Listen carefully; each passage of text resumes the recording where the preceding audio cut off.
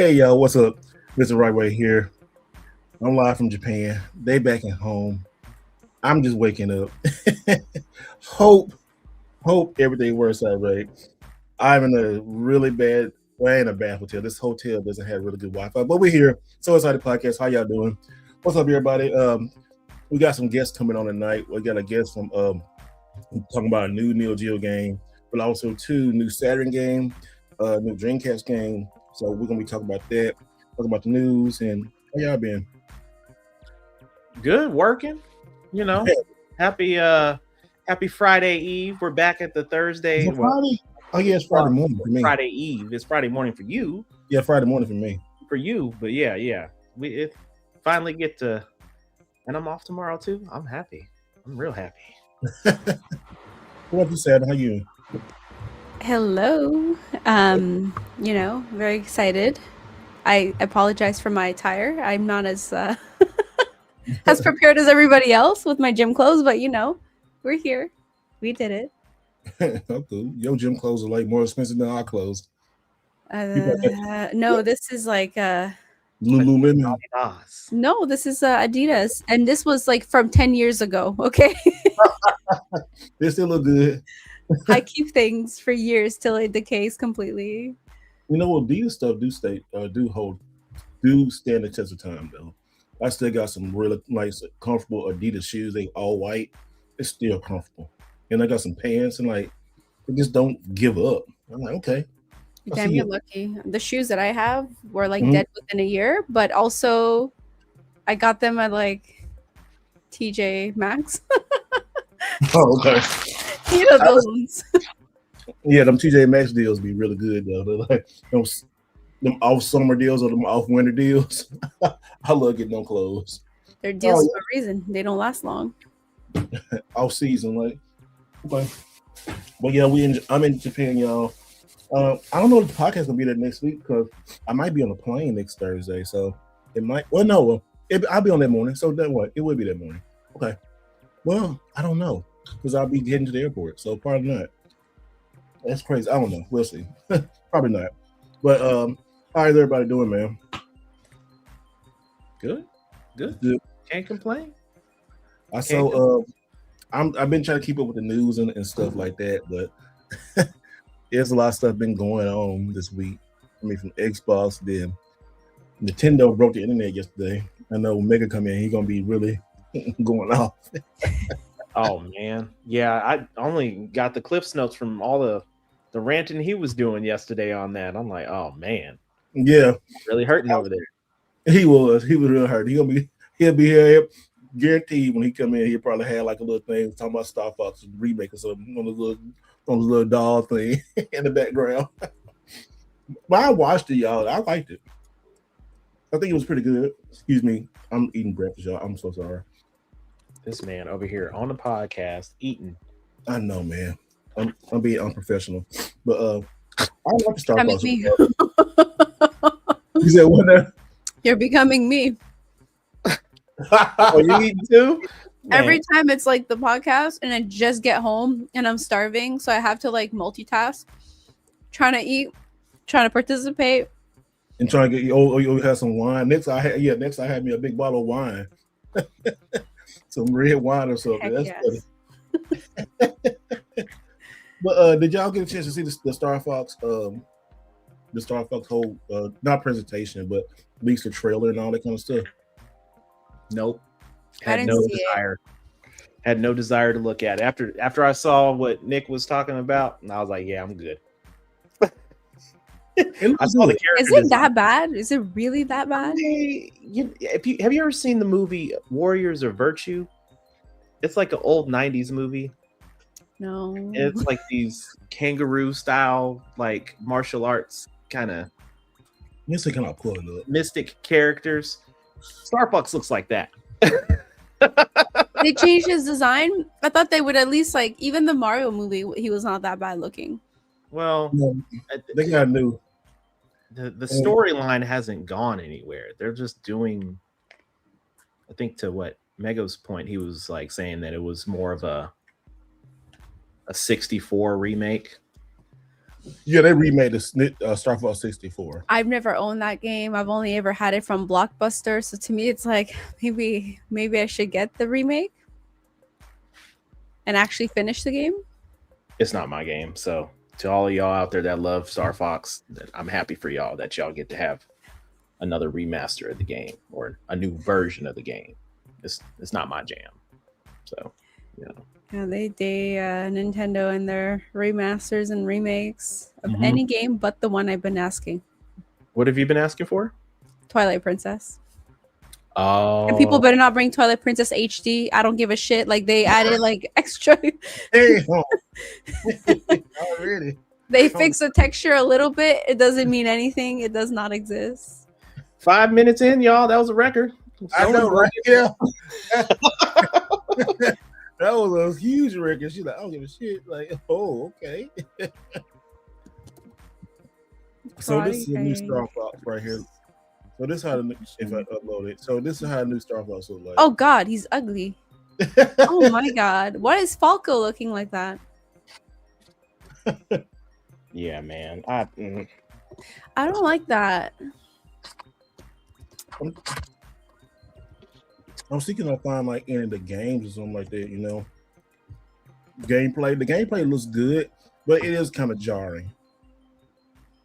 Yeah, I need to see what the gameplay is like because he kind of looks like the Star Fox from the Mario movie, but like, you know, it made sense in the movie because of like how everybody looks in the movie, which is slightly different, but this is a bit weird. No, it's kind of weird. I mean, okay, do that. Let me see. Let me see. Can I since I'm in a different country, be like, you sure you want to like do this? Or like Japan's like, I don't think you need to do this right now, buddy. No, like, it's a key. Like, okay, so it would like to record it. What? I want their jackets. Yo, if they actually release the jackets. Okay, yeah. The swag I can get with. I like the swag. Yeah, I'm always down for the jackets. The jackets look dope. Do you think they'll ever do that? I feel like whenever there's like a collector's edition for any games, basically, it's just like a little few trinkets here and there and a map and call it a day. I want a jacket. Can you pull this? Let me see. Hold on. Why? Okay, yeah.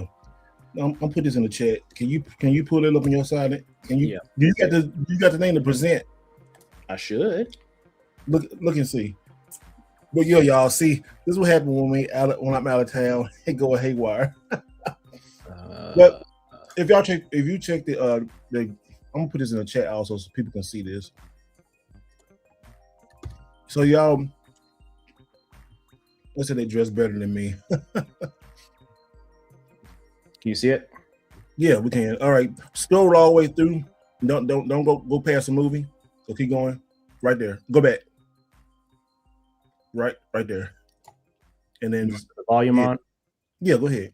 And just you can while I fine-tune my sensors. Oh, you got him? Thanks, Fox. We need your help, Star Fox. Hey there, General. You seem a little on edge. But as it happens, my team's This is Fox McCloud, leader of the Star Fox Mercenary Squad. Prep the R-Wings. We've got a job to do, Star Fox. We're gonna take the system back from Andross, one planet at a time. Falco Lombardi is their ace pilot and Fox's rival. Sounds perfect. You see it, there's no way Andross would expect us to launch an assault there. You up for another challenge, Fox? Scans are showing unidentified energy emanating from within. Flippy Toad is the team's engineer extraordinary. Incredible! Do you realize how rare it is to experience a stable warp channel? Did you see the distortions? That base is the gateway to the wider system. Equipped with a laser. It can also fire charged shots. Or launch bombs to cover a wide area. The R-Wing can break, boost. This is very fun, I think, but I don't like how Slippy sounds versus how he looks. Yeah. Somebody said Nintendo put DSLL 5 on the whole damn game. Turned it on. I mean, visually it looks good. I mean, it looks good, but yeah, It takes some use getting to, right? Because y'all got it. you're not buying the most Switch games right now. So no, I'm not.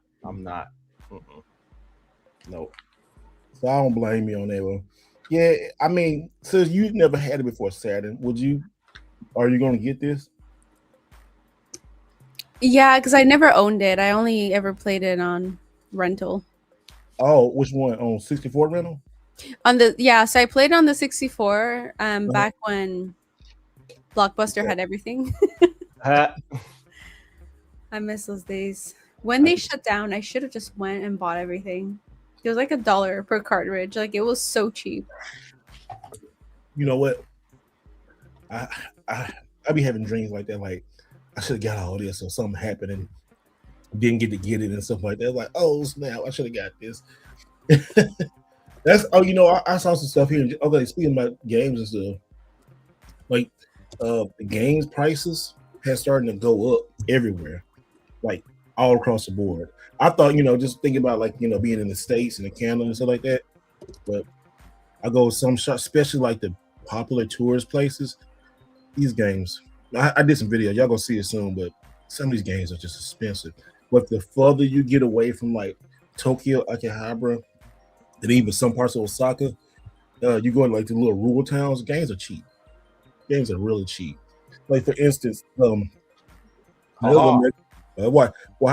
tell you? What I tell you in the back? Look, I told you gonna have it in the back. I knew he was gonna have it in the back. I told y'all. What I tell you gonna have it in the back. I knew it. Oh my god! I told you. Look. Hey man, every week there's always some bullshit going on. So it wouldn't be an AEO Mega staple, if I didn't have the scare Tendo or scare PlayStation or scare Xbox behind me. So I knew he was gonna have some stuff with Star Fox. I do it. Sure. You already know. I was listening a bit while I was straightening up everything though. So y'all still talking about the Star Fox situation? Oh yeah, I'm just going and saying about just the games and stuff. I got you here and stuff, but good thing Star Fox is only like $49. So I mean digital, and then 59 or 50 digital, 60 physical, and it's all on the cart. I mean, at least it is a good looking remake. It just the characters are jarring when you like, because I was telling Megan, I was like, I think a lot of people were expecting the Star Fox from the movie because that was really well, received. That was a cool ass Star Fox, But then you get that and like, oh, okay. They took away my guy Falco. They took away Falco, all of Falco's aura, bro. Like when I saw his feet, those what do you call those? He looked like a bird. Yeah, man. Like he lost all of the appeal, bro. Like he looks like one of those Angry Birds now. Like what parrot feet? People were saying like now he looks like a real bird. They was comparing him to like an Angry Bird. I was oh shit. Now I can't unsee it. And then what they had that little fox in the chair, they'd be looking like crazy. Oh yeah, the crack fox. Yeah, the one that had his eyes open, they'd be looking like this. I said, damn, I can't. Yeah, they was. Oh man, they was eviscerating the art style online, bro. Oh hey, Retro. Oh okay, yeah. It's Mr. Wright. WRIGHT. That's all right. Mr. Wright, as he's writing you. Okay, shout out. I know a lot of people get that mixed up. Oh yeah, Retromania. Yeah, he put me in the game a long time ago. Yeah, man, what's up, dude? I still have that poster. Do you? Yeah, from Oh yeah, the rest of the 16-bit. Well, I remember that one. Yeah, I remember that. I think it's with my other poster somewhere. I think I actually bought the game. Yeah, I actually do have the game. It was on Steam. That's good, man. Thanks for chilling out with us, man. No, it's all right. It's all right, man. Hey, everybody, I have seen Wright. I have seen WRITE. I have seen RITE. The rite of passageway. I know, the rite of passageway. I get it all. So I'm like, okay. So I noticed I had to, because I get it, but sometimes I had to spell it out for people and stuff like that. Even getting my cards here in Japan, they're like, "Oh, Mr. Rick, wait." I'm like, yeah, there you go. WRI. So there you go. Good, thank you. So you should adopt a Japanese name while you're there. It'd make life easier for you. Mr. White Widow. What? Mr. Right Widow. Just stop. Mr. Right. Mr. Right Widow. Yes, yes. Mr. Right Widow. No. Nah, they gonna be like, you butchering our language. Like, what you trying to say? Like, I learned something like cowie, or like means cute, because I had this hat and this Kirby shirt, and I guess nobody ever seen this Kirby shirt that I guess because I got it from the Nintendo store in San Francisco. And then, Kirby, cowie. I'm like, oh, okay. I didn't know Kirby was this popular, but okay, cool. Oh yeah, he's big in Japan. Yeah, he's real big in Japan. I know, yeah, but I'm saying just people equate him to like a Pokemon because he kind of looks like what a Pokemon would look like. So I can understand. Yes, yeah. I got more compliments I ever got on that Kirby shirt. I'm like, oh, okay. Well, shoot, I brother wear this next day. Let me wash you real quick. But I need to go to Japan one day. I definitely need. I want to try to go next year. I really do want to try to go next year. Yeah, it's good. Once you get past, your first 2 days. That's it. Okay. Once you get past your first 2 days of like just being tired, my thing is like try to sleep, get on a sleep schedule before you go, and then you'll be okay when you get here. And that first day, you'd be like, okay, I'm gonna go. 4 months last time to get back into a normal sleep pattern after you went last year. Oh yeah, I remember that. Yeah, it took them like almost 2 or 3 months to get acclimated back. It was a minute. You know what though? Like seriously, I was telling y'all before I left, my body started getting back on Japan time for some reason. It was so weird. Like I started like, oh, okay. It just did it. I don't know. That never happened to me before. It just started getting back on Japan time. It like happened like 2 weeks before I started leaving. I said, shit, I'm getting to wake up. I said, my body knows I'm getting ready to go, travel overseas. It's just weird. I guess it helps you too, because you're normally a night owl and you're normally up late anyway. Yeah, I am a night owl. The time schedule for you is a little bit easier. Because for me, I'm out. He's like, shit, I'm gone, brother. I'm gonna be asleep. It's funny because I can survive till like 3 a.m, kind of. Barely cognitive, mind you. Like my brain is not active, but my body is still, moving around, doing things. And I'll find myself like cleaning around. I'm like, bitch, why are you doing your laundry right now? Where it's like 3 a.m, go sleep. And then my alarm goes off at 6 a.m. So it's like I want to be a night owl, but then I can't. And even if I don't have my alarm, my body wakes up early.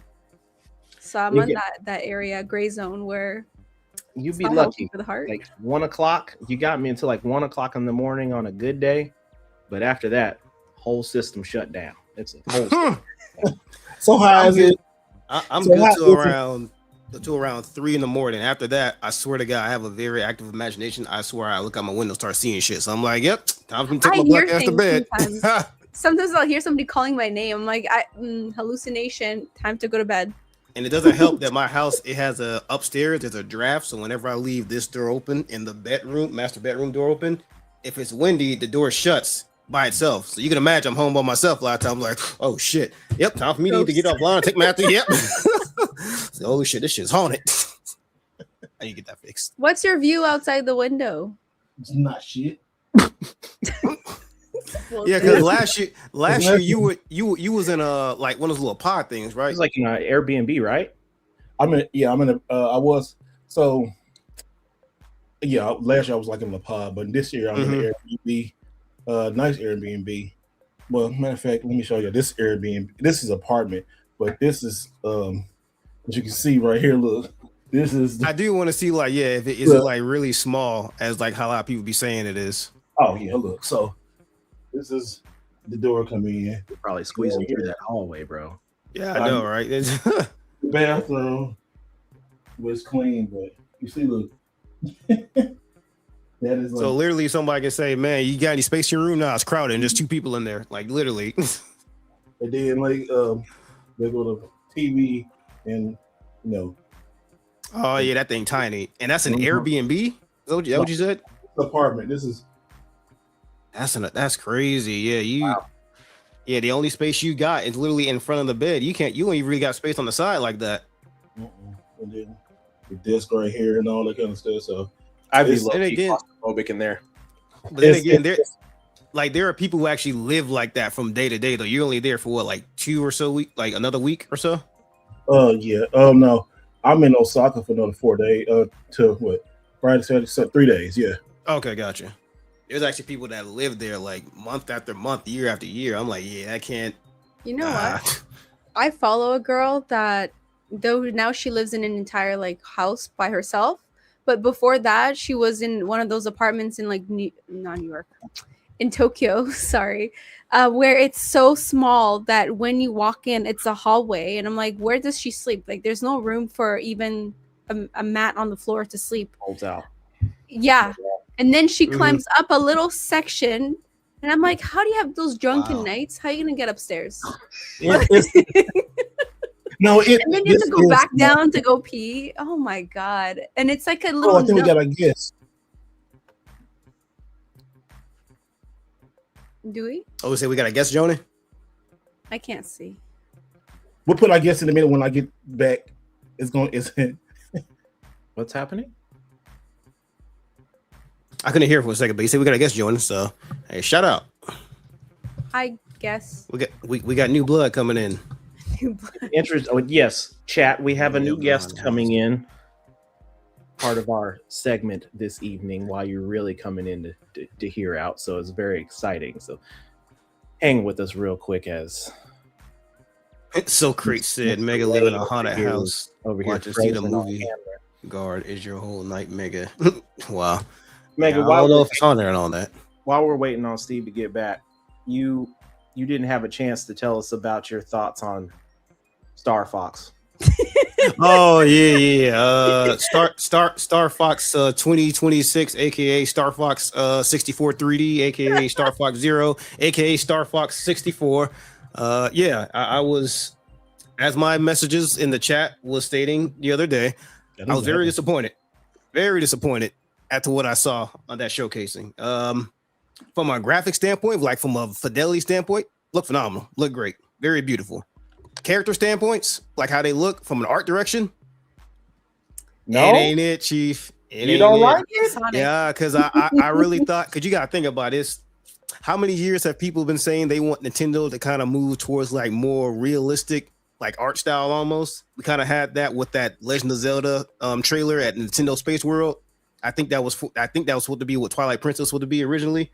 Yeah. So they kind of had like a obsession to try to make it look something like that.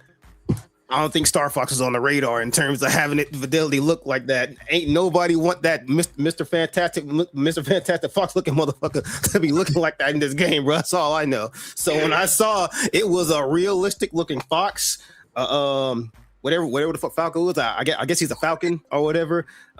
Slippy, oh poor Slippy. They did dirty, man.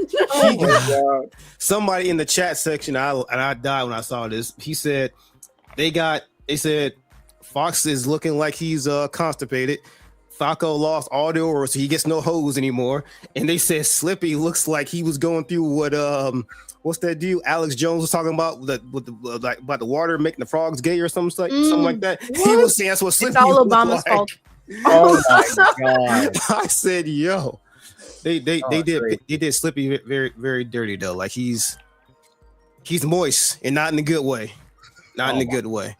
All right. But yeah, it's well, hey, like what Steve was saying. I was expecting it to be more in line with how the Star Fox movie looked. So, my God, Alex Jones. But I'm more disappointed that we're doing Star Fox 64 for the third time. That's the part that got me. I can get over visuals, but it's the fact that we're doing this shit for the third or fourth time. That's what I was pissed off about. Listen, they'll do any games 3 or 4 times. So they'll do any game 3 or 4 times, but they'll never touch Zelda. I mean, I can go on longer. We got a guest joining. I don't want to scare him off of my tirade, so bring him on. Bring him Waiting on. on Steve. Well, hold on. Before I bring our guest in, so our guest is the founder of Questmate. They got a lot of good games coming out right now, and I'm trying to pull up some of this chat because people been wanting to ask questions. They got a great new game coming out. So we got our guest here. How you doing? Hey Steve, how you doing, man? Doing good. It's from Full Set. So man, welcome to the podcast. Thank you for giving us some of your time, man. Thanks for having me, man. Please forgive me, Osaka. This internet here is not. Yeah, working. I can see that your camera is going wild. He waved the camera and went by. That's crazy. Yeah. I'm like, it's not doing good. So if I glitch out, I'll be back. So I'm just gonna use this camera right here. Like I think my battery's full now. Like, oh, it's tired. I know. But anyway, please introduce yourself to everybody. We know we got some people on here, so thank you so much.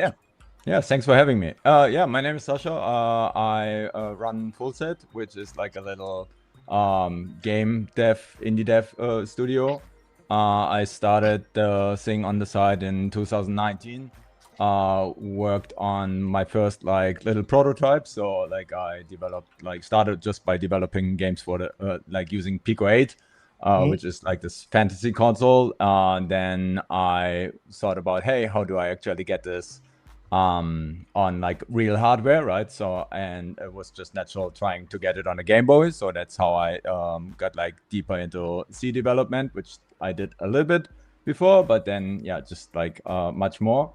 And then did that for a week and then came home and was like, because I also showed that off at like a local demo scene event on the weekend.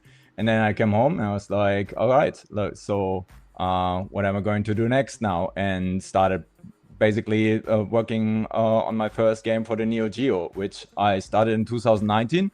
It shipped in 2000. It's called Project Neon. It's like a shoot 'em up.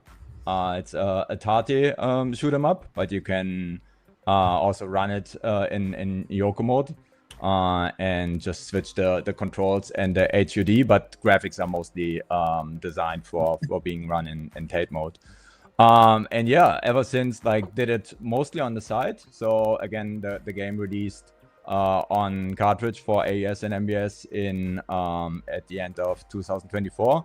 But now in 2026, so like I already started working on the next game in 2025 with the team that I have in the background that I'm working with for like all kind of stuff, right? For pixel art, for the music, and so on and so on. So now we have like two games basically.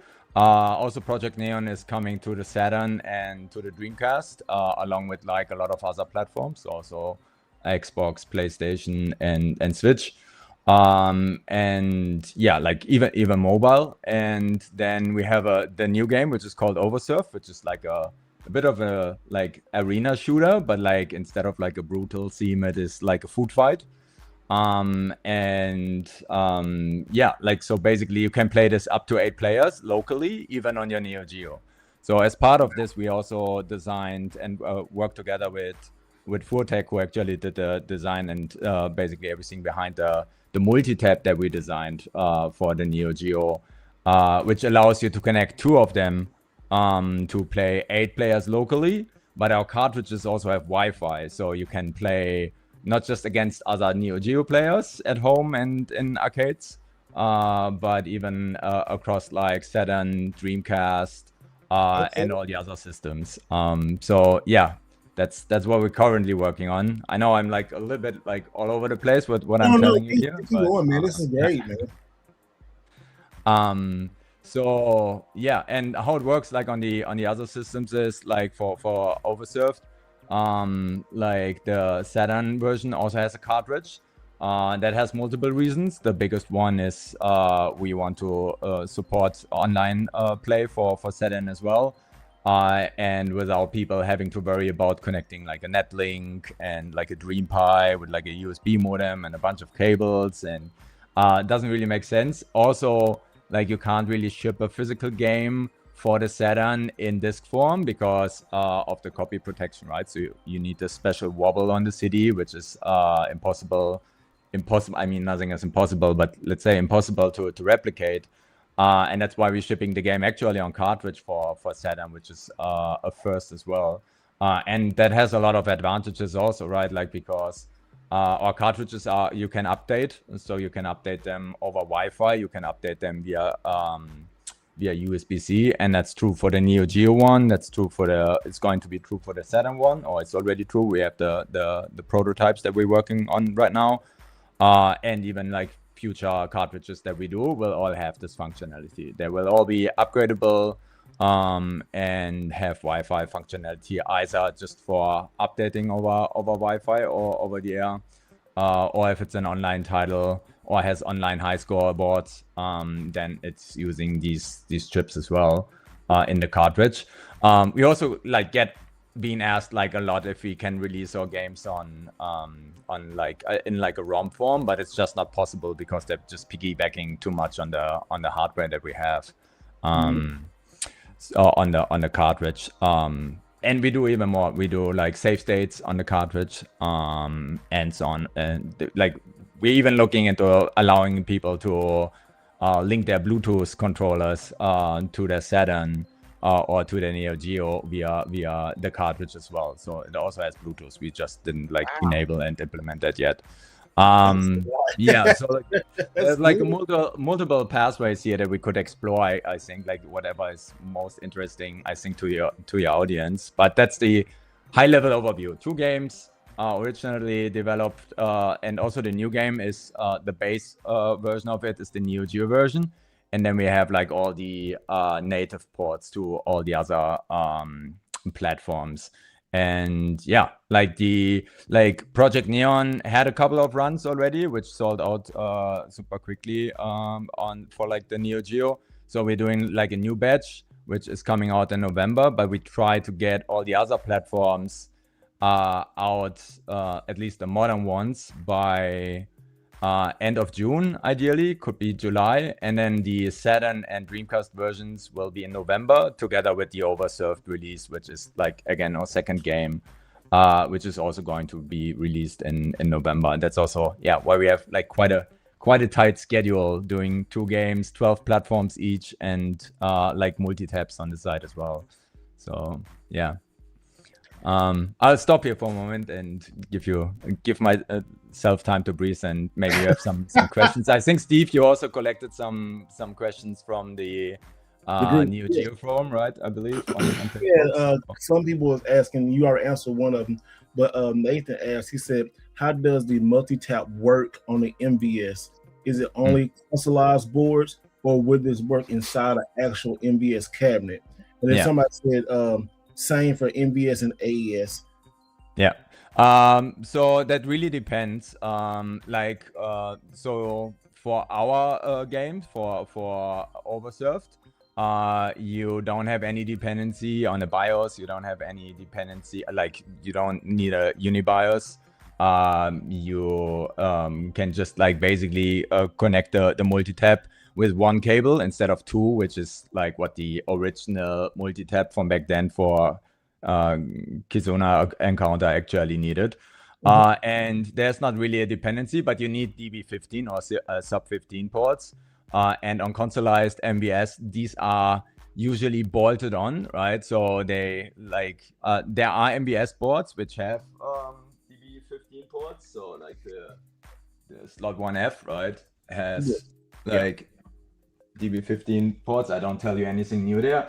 But for consoleized, for like those are usually like 1B, 1C boards. These ports are usually bolted on. So basically they are connected to the jammer edge, right? And there are a few pins which are usually not connected. Like that's just like how these consoleized versions are being built. That doesn't mean it's impossible though. So if you have a UniBIOS and you have also the additional pins connected, which is documented online, and we can also maybe provide some guidance then to people that want to use the multi-tap with Kizuna Encounter, which is the only like official game that ever came out that supported like a multi-tap. then yeah, we will provide some guidance with that, but like it's not as straightforward depending on your system. On the AES, if you have a unibias, it's not an issue at all, because the DB15 ports are basically not bolted on, right? Like they are by design.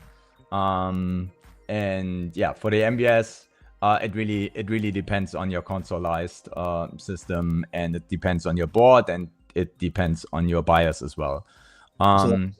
Yeah, but overserved, like you can connect 2 of these multi-tabs, so you can have up to 8 players, and it will just work on an AES or also like consoleized MBS, or like the MBS that has these ports natively, right, like on the board already. So and then there are like also other titles like Neo I believe, leveraged a little bit of the protocol that the Mahjong, like in German we say like Mahjong controller uses. And that also shouldn't be like an issue. And I don't think there's a BIOS dependency on that. So it should just work for that. So the multi-tab that we have is actually software defined. That means you can update it. So you can update it via USB-C. And then you can we can add new modes, so we can support overserve, which is our own native mode, which only requires you to connect 1 cable. I can show like a prototype. So I've like, this is going to come in like this nice aluminum shell that you can see on fullset.io. So it's not going to look like this. This is a prototype. This also has very long cables. So let me just see, and it has 2 of them, right? Okay. And the reason why it has 2 is not for the sake of our own game, but it's for like the sake of the other games like Kizuna Encounter and Neo Tris, which are designed to have 2 cables for up to 2 players. But yeah, if you use it with overserved, you just connect 1 cable of it, so you can also connect the second one for 8 players. And you can play 8 players locally if you have enough friends that you can fit on your couch. Or you can also mix and match, right? You can have 4 people locally and then go online with them and play in a team in overserved against others. And again, the other players can be from everywhere. There can be another Neo Geo, there can be a Saturn, there can be a Dreamcast. The Dreamcast comes, the version comes on CD, so you will need a broadband adapter, either the Ethernet or the modem one.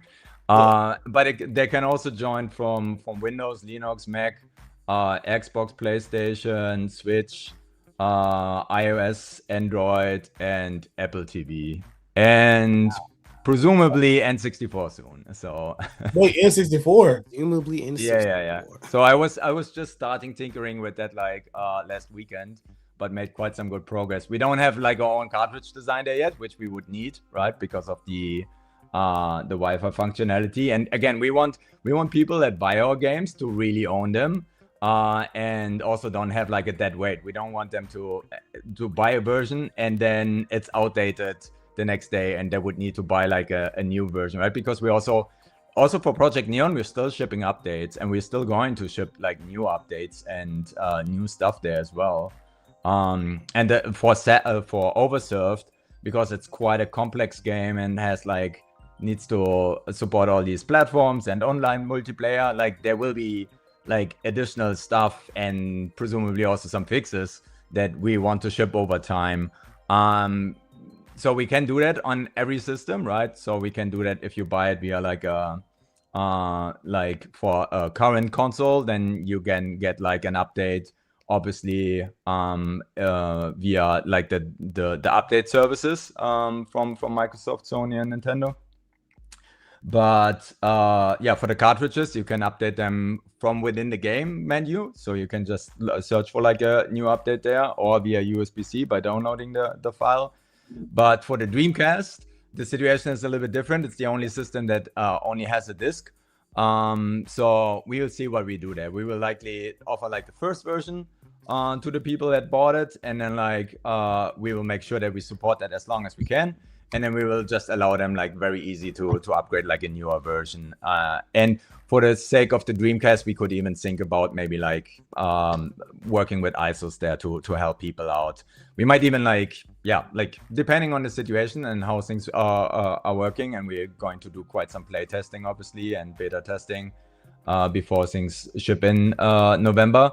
But if we would feel like the Dreamcast version is not there, like we would 100% make sure that it's like working, right? But if you don't feel like we feel like it's moving still too much, like we still want to add too much, then we will also consider maybe sending the people that bought it like a ROM first or an ISO first, and then we can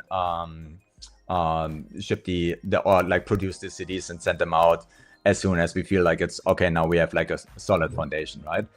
So again, we want really people to own their games and not like introduce any weird DRM unless they are from the platform that we're shipping on, right? So if you buy it digitally on like any of the modern platforms and those have like DRMs in place by the nature of the platform, then obviously there's nothing we can do, and you should just make sure that you can use the game, and as long as as you can, right? Like, but it's then not in our hands, if that makes sense. Right. I'm talking so much. Like, I think I need to. No, it's good, man. That's why we have you here. We answer a lot of questions. I like to see how passionate you are, especially developers like that, especially bringing stuff out like Dreamcast and 64, Neo Geo. Like, that's right up everybody's alley. I once set myself a goal that for like every toy that I get, like I also have a project around it where I like make some use of it. And now I'm doing that for like the consoles that I have, right? Likely not for all consoles ever, but we'll see where we go from here. I know Ness probably had a lot of questions. Yeah, I'm trying to compile because I just I see his I know. I just first off, I get that so a lot, much. and like obviously it's not that common, right? Like some stuff that we do is like a first, or like maybe not that.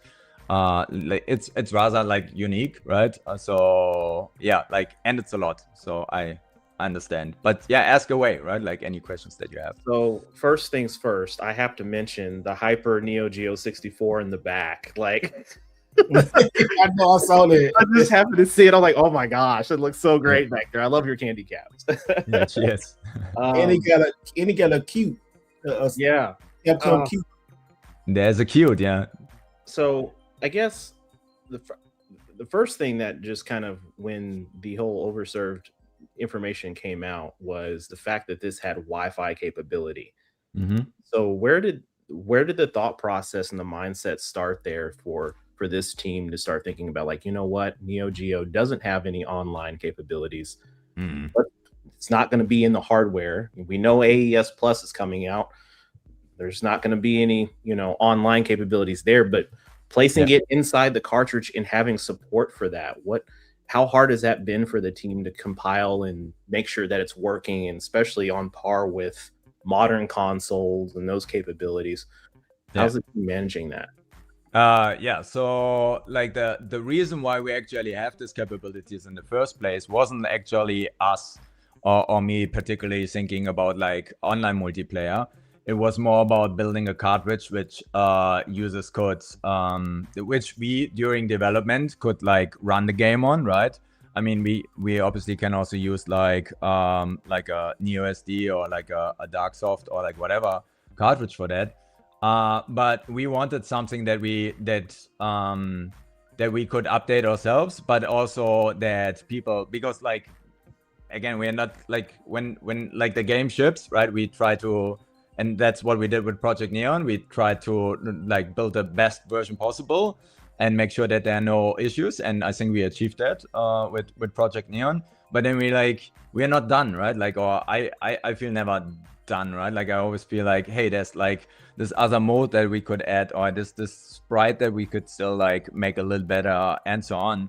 And also like it was a bit of a necessity to be able to have cartridges which we wouldn't produce ourselves, right? Like because we don't run a PCB fab, but we would be able to program ourselves, because it's obviously for like, I don't tell you anything new. They're quite risky to just take your ROM, send it somewhere in China, and say like, can you produce some cartridges for me? Your game will be on Alibaba before it's going to be on your own shop, right? Like the risk is quite high, right? And again, I'm not even judging that, and I know that actually even like happened to some homebrew developers, and everybody needs to make their own call there. But like I didn't feel like comfortable with that, but I also wanted again to be able to keep working on the games that we shipped, right? Especially if you felt like there's something that we could still improve. So, and that's why then basically the MCU that we have on this, or like this little processor board that we have on the cartridges, like that already had Wi-Fi and Bluetooth. So, and then we started with just making it update, like allowing it to update the cartridge via USB-C.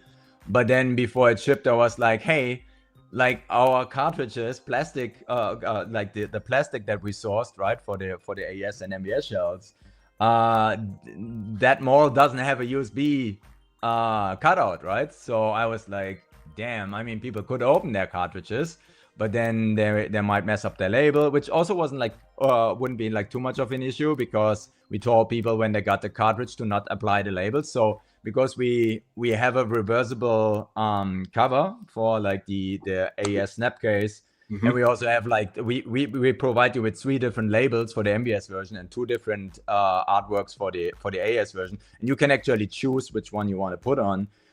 And that's why a lot of people didn't even like apply their stickers yet, so that wouldn't have been like too much of an issue. But then I was like, no, we should have at least, even if it's maybe not like 100% there, we should have the capability to update also via Wi-Fi before we ship. And yeah, that fortunately worked out super well.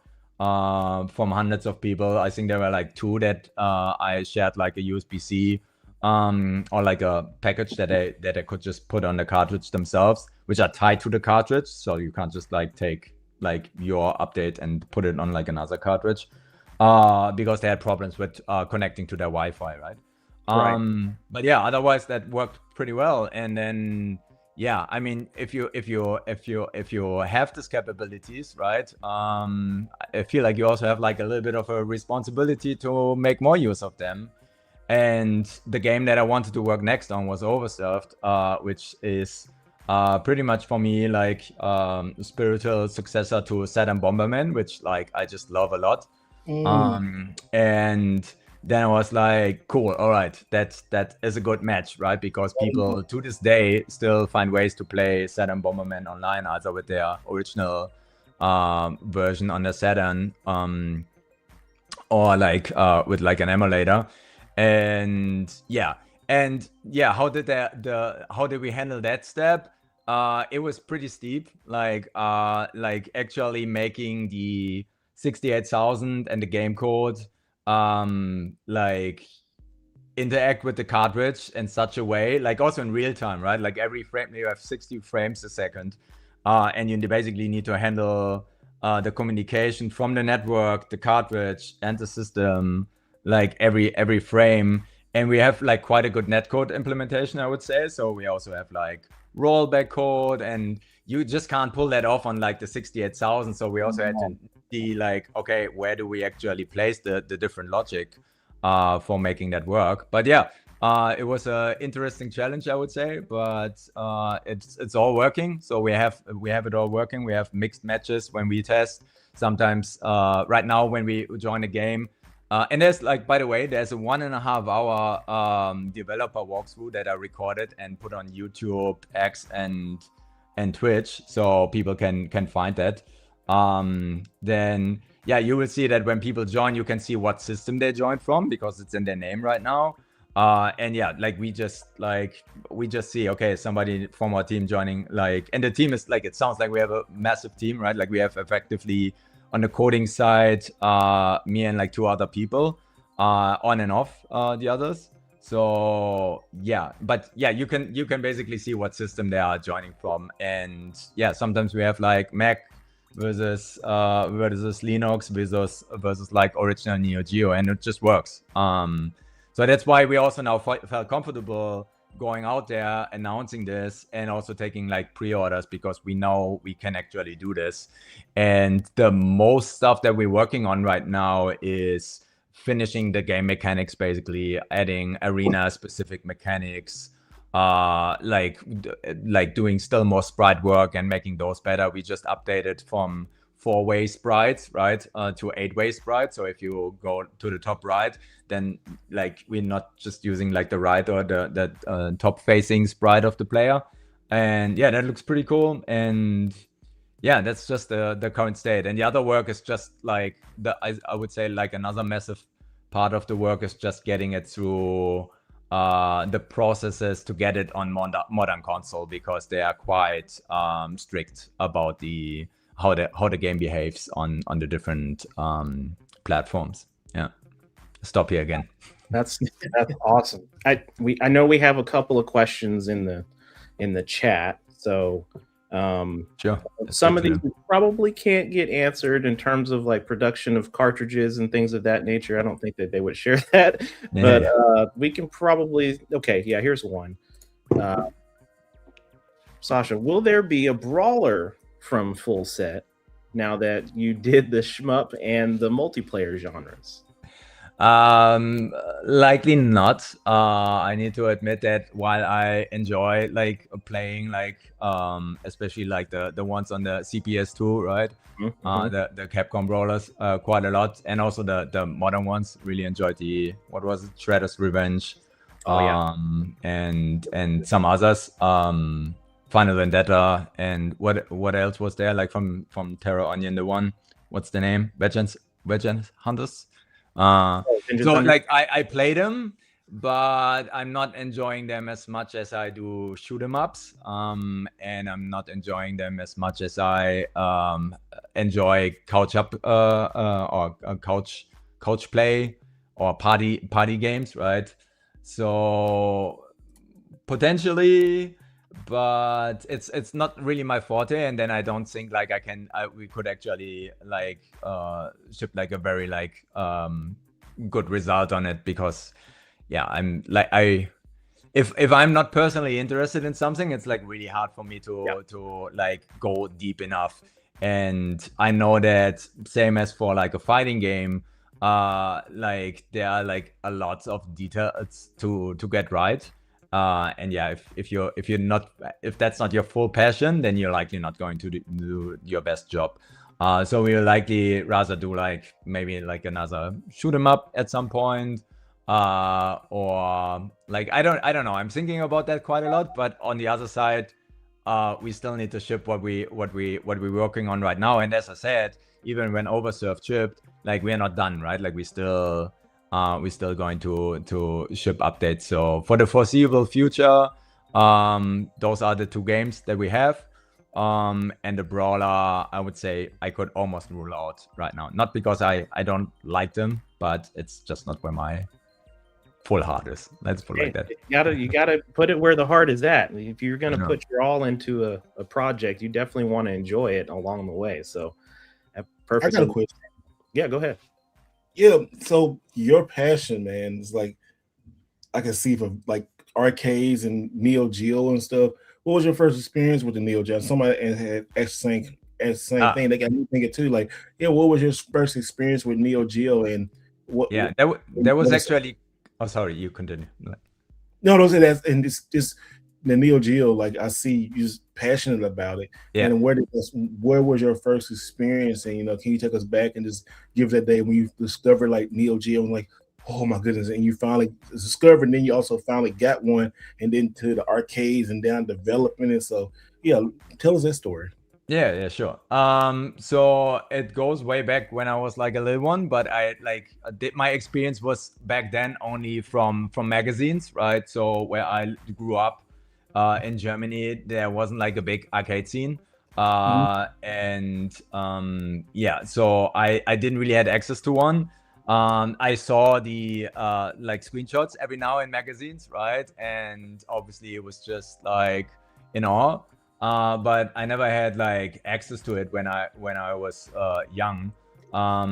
And also like, yeah, there was always this like, I know somebody that knows somebody that knows somebody, and this uncle is at this US base in Munich, right? But yeah, nobody that I knew actually had like the system, so we were basically running on SNES and Mega Drive, or Genesis for that matter. I also was like, when I was younger, mostly busy with like Commodore stuff. So the Amiga I spent like 10 years with, I believe, much longer than most people did. But I always like followed things, right? And then obviously at some point MAME came around, so I got to experience the games just like emulated. But yeah, I always wanted to get back to that, and I think it was in 2016 when I started getting back into gaming, because I was just busy with my work that I did previously, which was more around like building apps and startups and all that, and that jazz. And yeah, then like I was basically I was always looking, okay, what's the definitive version, right? Like for when I wanted to pick up a game, and it was obviously there was always, oh yeah, the Saturn version is really good, but obviously there's the arcade one, which is like even better, right? And and then I just got like more into arcade stuff. Yeah, around 2015, I would say, 2016, and then the Neo Geo just like came natural, right? Because it's played such a big, or still. I mean, there are like a lot of classic arcades that still have their apps around, right? So yeah, that's how I got to the Neo Geo, and obviously the library is just like off the charts. I mean, also given by its modular design, right, with cartridges.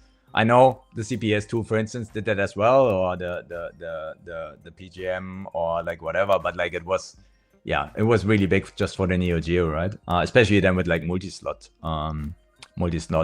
boards and caps. Yeah, that's how I got basically introduced to the Neo Geo over time, right? Like just seeing pictures, then 10 years later, like, or like 25 years later, I don't know. Like I actually got my hands on like my first system myself. Yeah. And to be able to build and create games on the console is, I mean, that's what's kept the community going. I mean, outside of just the secondary market for collecting the classic games, but studios like yours creating games like Project Neon and then Overserved is just, it's really awesome. It's good to see, and it keeps us going. And what are your thoughts? It's a lot of fun. It is.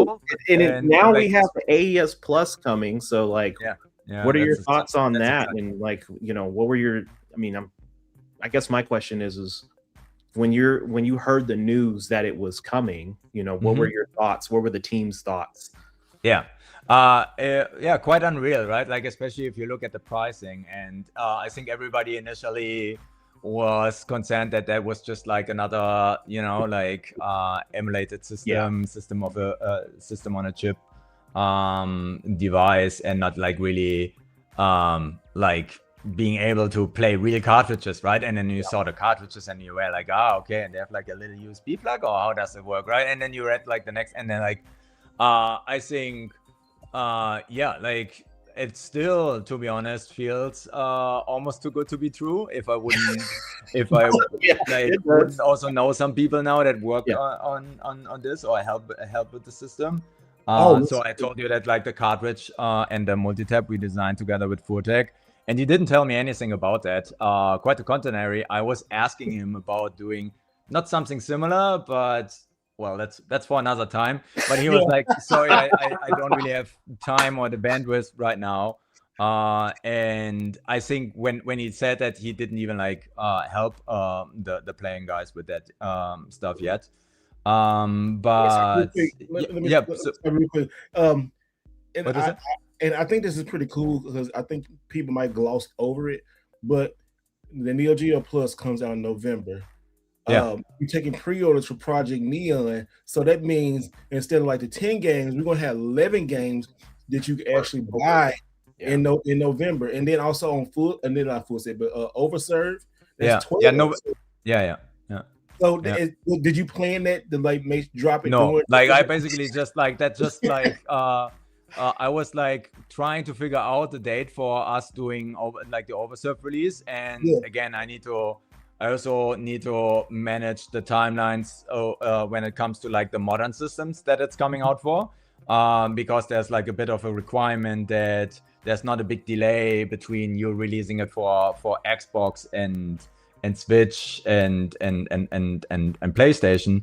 And I like there's so many dependencies also, then obviously the hardware production, and I was trying to find like a good date, and that's why then like when I saw like November, I was like, okay, it's ambitious, but it's already like what I had in mind anyway. So we should just like align with that, right? And we don't know, right, if the AES Plus is actually coming out in November, right? We don't know if it's everything that they're promised. Like we have big hopes, right? And like the names that have been put out there that help with the system, and also to some degree we're able to comment on it. Like we have faith in them, right? Because they have like a good or awesome track record. But there's so much stuff that can happen, right? Like on the design, on the production side of things, maybe just like marketing kind of things. Like, but yeah, like I'm excited. Again, like I'm crossing fingers that everything will work out just as planned. But man, the price, the estimated shipping date, the functionality, it's like it's all almost like too good to be true, right? If there wouldn't be like all these little bits that would make us like less suspicious, I think we would be more. But yeah, like just the pricing is unreal, right? Like $9.99 for the big bundle with like 10 games, and 2 controllers, and the system and the CD controller, and also like a wireless function for those. It's crazy. Like yeah, Christmas it's great. is gonna be Yeah, so. yeah. I'm still like. So I can't go into like too deep into like, right, like, because sometimes people now have the expectation that we will also be able to ship our games for $80. Yeah. The only thing that I will say here is that, hey, this is what we played for the plastics for Project Neon back then, right? Like just to, you know what I mean, to source the plastics. Maybe we didn't get them at the best price, right? But just trying to set a little bit of like context for people. Like we're working on like new games.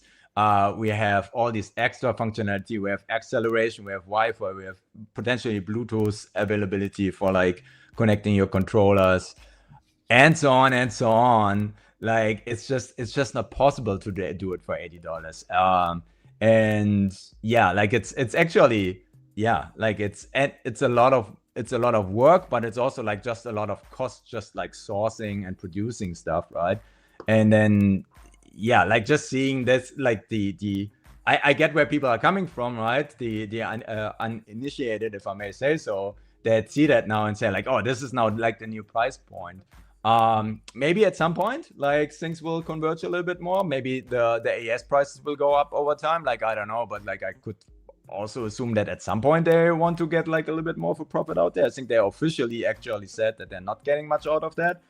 And then maybe if there's some collaboration that they're going to do with like new studios in the future, if that's in their plan, and we might like be able to participate in that, then maybe we could get the costs down a little bit, but we'd still want to produce our own boards, right? So maybe we can get the plastic a little bit cheaper this time, right? But we still need to program the games. We still need to produce the boards and so on. So again, I don't blame people, right? Like if you look from the outside, like you might ask that question, and it's your right to do that. And obviously it's like your decision. And if you wanna buy like a game that's like costs a chunk more. But yeah, that's just like, I think gives maybe a little bit of context if people like ask themselves these questions, why we wouldn't be able to do that. I actually appreciate your honesty and your transparency behind that, because I think we hear a lot about the $90, the good old price of $90. Yeah. Yeah. we hear that a lot, right? But in actuality, it's, you know, when you're looking at a larger organization that can buy in bulk versus a smaller organization that's going to have to buy piecemeal, those costs are going to be significantly higher for you. So yeah, hopefully in the future, you know, we'll see some partnerships, and because we all want this to work. Yeah, we need this to work. We also want the system to work first. Right? Yeah, like we want it all to work. We don't want them to get distracted from that. But yeah, they have like, obviously they have the economies of scale, right? Which we don't have. But yeah, like let's wait. Let's get them get the system right, and then I think right now already the community and like we're in a pretty good shape if that all turns out well. And then yeah, hopefully there's like much more cool stuff happening after that. So yeah, like it feels like 2026 is like a biggest year in retro, or could be. Like it's I don't like know, a golden year right now. Yeah. Like also like for us as players, right? Like there's like so much cool stuff coming out. Yeah, like also like just in general, like gamers I think like really in for a treat this year. There's a lot of good games coming out. The Steam stuff also, right? Like in the PC world, right? Like the new controller, the box that's coming out there. So yeah, there's lots of cool stuff. Do we have more questions? Or like I have like maybe like another 10 minutes here, and I unfortunately need to bail, but chat, do we have any final questions? Anything that we want to ask within reason, please? Hey, Mega, I know you are big on developers and stuff. Like, do you have any questions? Because we got a developer here. Yeah, this more so goes along the side of I guess the technical aspect of it. Because you said you're also putting the game on the Dreamcast and then the Saturn.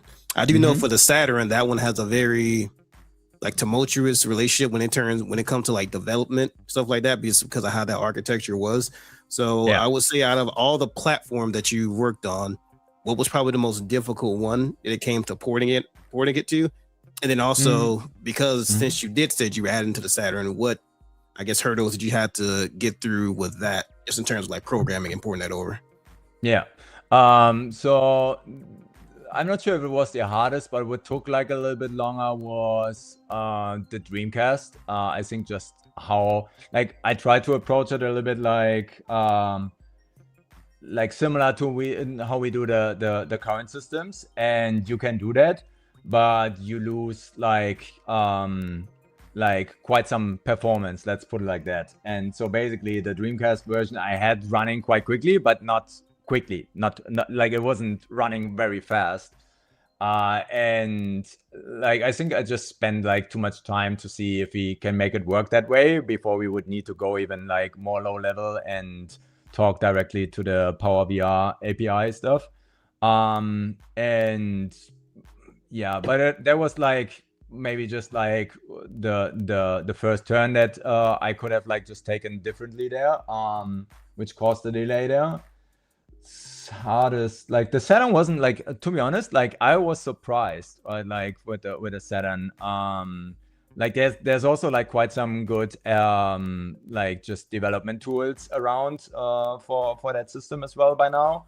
And I think just the nature on how our game works, I was just be able to piggyback on the dual CPU architecture quite easily, because like we do 2D games, right? So like we can run like a lot of stuff just like on one CPU, and there's like a lot of hardware that helps with just like 2D scrollers and so on. And then the second CPU, which is still a bit in development, that side of the things, is currently leveraged for the sound driver. Because it's coming out of cartridge, right? So that's not going to be a CD. So there are two ways. There is either like we stream it from the cartridge, or three ways. We stream it from the cartridge. We like directly via like a pin that the Saturn has. We can have a bounced version, right? Like our mastered version, where we play the tracks off. So basically, like a lot of studios for the Neo Geo, like indie studios, their soundtrack is like just like one big audio track, right? While in our case, even for Project Neon, that's also why it took quite some while. It's like a FM soundtrack, or like a tracker based soundtrack. And for the Saturn, yeah, we could stream it from the cartridge, or we could stream it as like one like audio track basically, or multiple audio tracks. But I'm still looking into actually faithfully emulating the YM2610. But it's quite a challenge to do that performant on the Saturn. So, but yeah, I didn't run into like much of the architectural issues, likely because we're not doing we're not trying to push like a lot of polygons, right? Like we're not doing 3D games. Yeah. And yeah, so for 2D stuff, it's actually, I must say, like pretty straightforward. Well, man, I appreciate you so Good much. deal, yeah. Yeah, stopping in. I know you gotta go, but we'd like to have you back on closer to the release of the game and everything and stuff. And absolutely, definitely, we're gonna put this up on this part on YouTube so everybody can see it and share it. But just thank you so much for stopping by and all the hard work. And honestly, it's a breath of fresh air. Absolutely enjoy it and stuff. And so we appreciate you. Thank you so much. I appreciate you guys, and yeah, like let's do that again somewhere in the future. For sure. Yes, we will. Sir, absolutely. Closer. We're gonna be excited. You take care. All right. Enjoy Tokyo. Bye. Take it easy, sir. All right. Bye-bye. That was really good. Awesome. I dropped his YouTube channel in the private chat, Steve. If you I saw that for everyone. So he did a video. Sasha did a video, just a full in-depth developer walkthrough for Overserved. I was actually watching that. It's pretty cool. He's just taking you through the entire thing. So I put that in the chat, in our private chat last night, and in the group chat. So, but yeah, that was one of the better interviews that we had with developer. Yeah, that was really good. I am super excited about the Wi-Fi feature, because I would have never thought about the concept of putting it actually on the cartridge.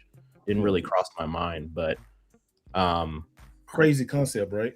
It is, because it opens the gates for a lot of different things. And I'm not saying that we need to go. I mean, me personally, honestly, I would prefer to just stay offline when it comes to a lot of Neo Geo games. But a game like Overserved, he said Saturn Bomberman. I was like, oh yeah. I've seen it. It looks fun. It looks like something my daughter and I would play. And then, if she had friends that wanted to play on whatever console they have, we're going to play it on the Neo Geo. But that's how I'm playing it. But because I want to, and she's going to get some Neo Geo gameplay time with our pops. That's what's going to happen. I'm going to call him Clay. I'm going to call him Clay. Right. I was surprised when he said, because I think I was mentioning something like that, to where I kind of wanted the AES to have some type of Wi-Fi capability, but then how he described it to actually put it in the cartridge, I said that's actually pretty ingenious. Like I really do like that idea. Really like that idea. That means because that means if in the future, if publishers ever do want to decide to do that, like, can you imagine if they did that with like Metal Slug 3 or something like that, to where they put a Wi-Fi card in the actual cartridge, you can play online that'd be the bee's knees. That would be the bee's knees. Old games like that. I think if you do that though, because you're gonna have your purists out there that don't want to go online, which perfectly understandable. Oh yeah. You also run the risk, because to Sasha's point though, there is a cost differentiation when you start tooling around and adding Wi-Fi and Bluetooth into the cartridges, right? So you're talking about a price increase on some of them cartridges. I'm liking the good old price of $90, y'all. I'm liking that, bro. I'm liking it. I'm like, I don't need them to go up yet. You know what I'm saying? Keep them at 90. Fair point. Keep them at 90. I'm saying 90 is a good price. Like, what the hell's happened? We've been buying games for how long? We're like, $90 is so high. We're like, $90. But consider how much they were back when they originally came out. $90 is a steal. You ain't gonna hear me complaining about those. telling you, like I hear me from a complain Neo about Geo those. perspective, it's a steal. From a Neo Geo perspective, it's a steal. Any other console, PlayStation too high. That's too damn high. They want how much for this? 70. Shit, might as well just take my damn organs while you at it. No, I'm not buying that. Neo Geo, $90? Yep. Here's my card. Swipe that. Priorities, right? Best. Priorities of an adult. Love it. Love it. I guess. Oh, so it's some more news. It was just funny this weekend, and I sent it to the chat. Ryan Cohen, you know, CEO of GameStop. Oh, I know you're talking about. Yeah, Alex posted that. Man, this dude is funny, man. This dude trying to buy eBay, and they asked this dude where the game or where you can get the money from. He's just like, it's on the website. Did you watch it? Did you watch it? Yeah. Where it's on the website. It's so crazy. And then on top of this dude sets up an eBay account, put like a whole bunch of stuff, like a huge Halo statue and all kind of stuff. People started bidding on it, and they shut his account down. They suspended his account. Yep, went against the guidelines. Terms of service and stuff. Yeah. I don't know what he doing. I don't know if I don't even know if that was automated or someone said no. I don't know if he's pissing people off on purpose at eBay. He might be because it like that first interview with who was he on with CNBC, I think. And forget if you look at any of his other interviews after that, he starts talking to everybody else. He just doesn't like that crew on that broadcast because they were talking about him when like the whole squeeze with GameStop happened, talking about the GameStop was bankrupt. So he was like super short with them. But his body language on any other interview after that was like he was talking about it. $56 billion. $56 billion. And he's talking about half cash, half stock. And if you start breaking down the numbers, you've got like what, 21 billion that's coming from TD Financial. You've got another 9.1 billion in cash. And then I don't know the percentage of eBay stock that they've been buying for the last couple of years, but and they're doing that at like $125 a share. So he's still short either way you slice it. So that's what the question is where this money coming from? And all he's talking about is, yeah, if I have the company, it's going to be really good. I can do so much with eBay. He might. I don't know how, but he put an emphasis on that. He was like, I can do so much with this. I was like, oh, so you can. Okay. The fact of the matter is like, he turned around GameStop. No. I know GameStop is profitable because of the short squeeze that happened. Yeah. 4 or 5 years ago. Yeah. That was all retail traders is what propped eBay up. And it was just the right scenario, the right time. And you know what happened? They diluted the shares. They split. They did multiple stock splits during that. And it still bumped up a second time. And they did it again. I remember. So they were able to liquidate all of that money, pay off all of their debts, and then they were cash positive after the fact. So then they utilized that money. They kept that money. They didn't overspend, and they start shutting stores down to make sure that they look profitable from a Wall Street perspective. So it's because if you look at it, what are they selling? Pokemon cards? A lot of Magic the Gathering and Magic the Gathering, Pokemon cards, They ain't really Funko Pops, Yeah. They're not making profit on video games anymore. The fact that most of their shops all look like your local comic book shops that you would go in like on the weekends and see like tournaments and stuff like that. The last one I went into about a week and some change ago, they said they literally close up their shop from 9 to 11 and then do Pokemon related stuff. I said, yeah, they ain't doing anything game related that much anymore these days, dog. I'm afraid. So they moving towards their next gold rush, which is of course the trading card scene.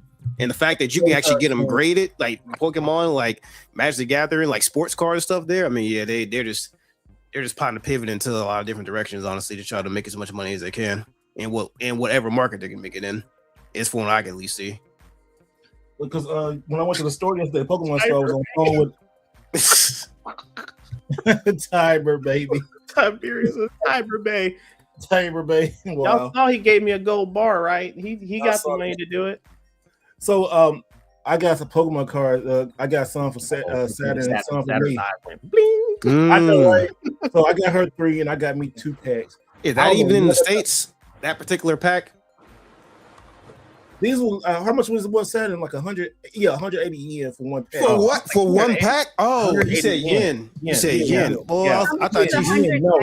in US. 180 yen is like $1 maybe. Oh, okay. 180 yen. Let me see. So I know for a fact scalpers would buy that, bring it over, and then sell it for like $10 to $20 a pack. Oh yeah, guaranteed. $1.15. Oh, absolutely. That sounds about right. That sounds on brand for them.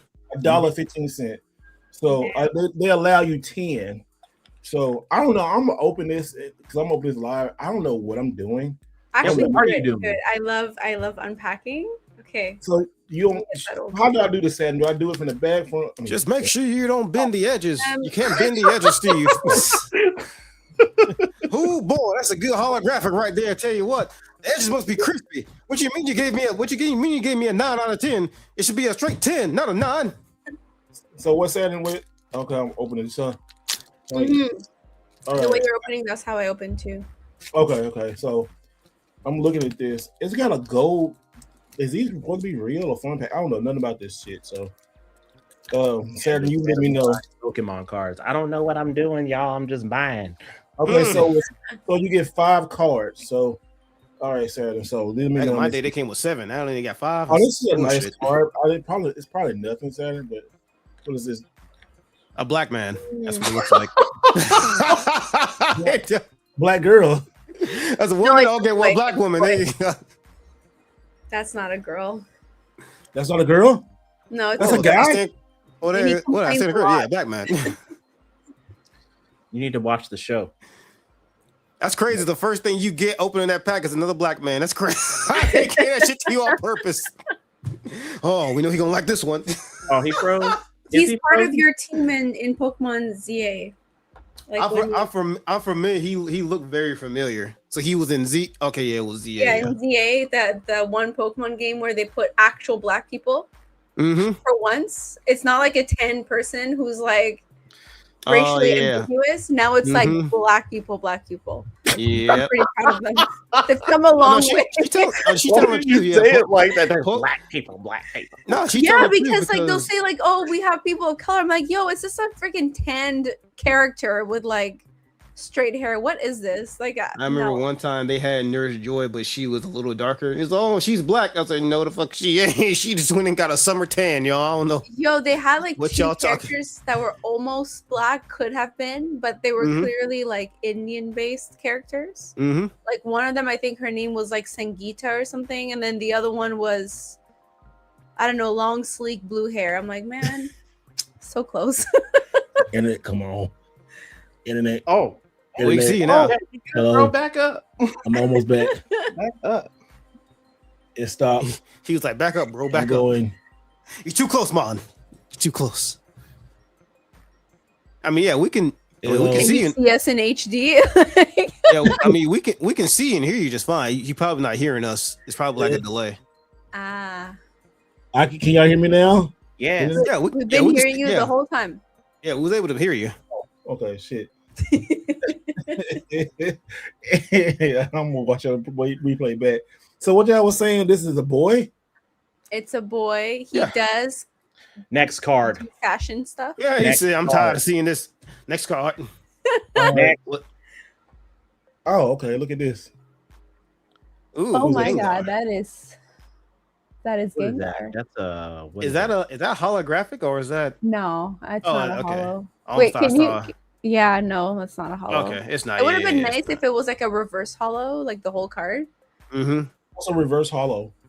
It's like when the whole card is hollow, but not the center. Oh, but not the actual picture, like the center picture. Okay. Next.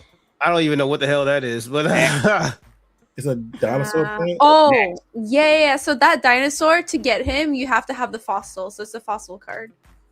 Oh, okay. Fossil card. I love how That's some pretty sweet, Pokemon yeah. have like their basic form, and this one you have a fossil. Then you have to get this other card to go with the fossil to bring that Pokemon just the basic form. It's so dumb. love it. This is why I stopped messing with Pokemon years ago. Damn. Whack. He said whack, He's bro. cute until he evolves. Oh, really? When he What is evolves, he just looks like a freaking giant alcoholic. It's such an ugly. An alcoholic, damn! Like he jumping around with like a paper bag with a 40 in it. Like what's going on? Let me try to remember the name. Baneri Evolution. So ugly. No, not Baneri. Baneri is a cute one with the thick thighs. Yeah, I With thought the that was- thick thighs. Pokemon. Yeah, look up Lopunny. Pokemon got thick L-O-P. I know Yeah. what Lopunny looks like. Lopunny's the one with the thick Only thighs. reason I know what that one looks like is because of that Batman meme where Joker was like, "Hey, yeah, that's right. I'm fuck that thing, Batman. I'm fuck that thing." Like, yeah, What's the that's the only reason thighs? I know what a low bunny is. Hold on. If I see like a guy that has this as a Pokemon, I'm gonna question why. You That's know a what I'm Pokemon. doing? You know what I'm doing to that bunny, Batman? Oh yes, that's right. I'm doing Batman. Hey, that Pokemon's right off Mega's alley. But the one You that got- you Gotta have, look at the Batman. Gotta look at the Batman video with that Okay. Pokemon. hold on, Diggersby, you guys gotta see that shit. He looks like a fucking alcoholic, man. What an ugly Yeah, ass. he better be bouncing around with a. Oh, With a 5 o'clock shadow and all. oh, damn! He do get Disgusting. up. Does he have eyes right below where his neck is there, or those his hands? Those are his dumbass hands. That's what it is. They look like eyes. Like this. He carried me Yeah, in he- the game though, for sure. But like he's, oh my god, He I looks hate like the reverse of the Nesquik bunny, like the one that's on the chocolate milk. It's like Looks that Nesquik Bunny after he lost his fucking contract. Wait, show me this. What is it? Sorry. After he lost his contract, damn, fell on hard times. Oh, he's so cute. His final evolution is called Survivor. I know what a survivor is. All right, so here's some more. Because I forgot the names of the two other. Well, I just cheat know have- Survivor. is. We'll answer in just a minute. Yeah, we'll answer in just a minute. Here's I'll open my 2 packs. I'm not open your 3 packs. I'm let you. What? and I'll- That's all you have? There's supposed to be a hollow. There's supposed to be more cards. Yeah, I It's thought only at least 5 all of them cards. should have one hollow in it. I only have 5 cards. I don't know. Dang. There's the You got okay. robbed, bro. All right, so here's another one. Here's my other second pack. I don't know what the heck this is. Like a Jesus card. A Jesus card. Oh damn. Oh, that's She don't know what it is. dang, what can I remember? It's the sword Pokemon that I thought was good because everybody said he was good until he got Oh, this is ravaged sword. by This fire is moves. Pokemon. Forgot the name. It's a ghost. Uh, Ghost steel Pokemon. Let me. the look back up- looks different. Make Yeah, the sure you, best- before you come Ooh. back, Steve, make sure you get Saturn a Pokedex so she can know what she's talking about. Ah, damn. Hey, I don't know these new Pokemon. I'm look, she already found confused. this expensive ass ugly thing. Look at his like, thick Is that a thighs. Snorlax? Yeah, look at him. He's so cute. Is that a no? Three. No. He's so cute. Yes, it's from Pokemon, the new game. He looks constipated. Yeah, he's That's from what he Pokopia. looks. Don't talk shit. Dang. Snorlax. I will defend Snorlax till the end of times. She, all right, so this is okay, this is a shiny card. So I don't Ooh, know. let's see it. Oh, he has a hollow. Damn. Oh no. Oh, An energy that's the card. psychic. Energy Yeah, card. that's the psychic one, right? The psychic card. Or the Yeah, psychic. psychic energy. I have Okay, like yeah, psychic. hundreds of those. Fucking bullshit. All right, and then this one. I know Saturn like this one. She like a grass type Pokemon. Oh, he's so the owl. cute. Yeah, he's like this. He's like this weird like emo bird. He's emo. Oh god. All right, here's the next one. But I don't choose grass type usually unless it's like classic grass type. Oh, Mawile. I love Mawile. That long ponytail it got. That Kinda looks ponytail like is that. actually a mouth with teeth. It's Yes. a mouth with teeth. Oh my! I can Yes. see the. I can see. I Oh. thought those were spikes, but now I think I No. can see it now. It's a third Yeah, gen my Pokemon. trap. See, this is like my shit. First, second, third, and fourth gen. Oh, After It that, don't look you like a kinda third lose me. gen. and here's the second Are thing. you? Do you want to see that one evolved and Mega No, evolved? no. That sexy Pokemon was like No, that's the French version. the French version. The French version is so raggedy. Like, why? Who did those dubs? Who did those dubs? Look at that. This is. Oh, I mine. see it now. Yeah. Ooh. Hideous. You? Oh, it's not that bad.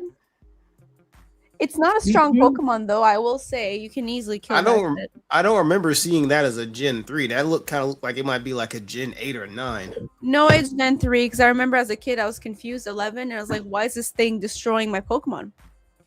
Why am I not winning this battle?" Gen 3. I think I stopped right around Gen 2 or 3. Gen was Ruby and Sapphire. Was that Gen 2 or 3? That was 3, right? 3, yeah. I never seen that in Gen 3. Okay, yeah, that's why I stopped playing. Every game store I go to, or like video game store, they have this like boxes of like Pokemon games. Like some of them cheap, like the 3DS games are pretty cheap, like with 27 yen. So that's like what $17-18 maybe, right under 20, about $22 for the full Pokemon game. But it is crazy how like the American games are always more expensive than like the Japanese counterparts on a lot of games. I think it's been like that for damn near forever now that I think about it. Yeah, it's like I'll tell you, like I found that damn Neo Geo game for like $40, $45, or $40 after tax. Was crazy. That was, that was very special, right? Yep, and I like special. Yeah, Special is really good. You got it right. Yo, oh yeah, I went back and got the other one. I went back and got the cart too. What card of what? Because it was two. It was Fate of Fury special full in box, right? For $40 after tax free. And then I got the cart by itself, and the cart was like $17. And the same pictures. I want to get the Fate of Fury special cart, so I'm probably gonna get that card away on the channel. Okay. Yeah. Dark So Side. That's what it is. Complete in box. Nice. Somebody said she's flexing now. The wife got me that for my Box birthday a disease. couple years ago. You know what we should all do? What? What's that? We should all buy this book. Okay. Genki? And then we should all learn Japanese level 2. So this is level 1. And let's go buy some Japanese games and save money. The last time I used something similar to that was Rosetta Stone. It didn't pan out too well. I don't even think Rosetta Stone's even I don't even think they even make that thing anymore. But I'm with it though. I mean, other than watching, they use that at school. If you go to like post-secondary Japanese language classes, they use that book. It's helpful, I will say, and it has like activities if you go on their website and then you go on the lesson based on the book. So you do learn. You just have to speak to somebody regularly to not forget, like I did, because I forgot basically $300 down the drain. But I will redo again because I'm thinking of buying an orange GameCube.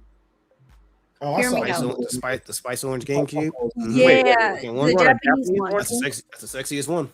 You want a Japanese orange GameCube? I want an orange GameCube. Most likely they're going to be Japanese. So Zelda has one.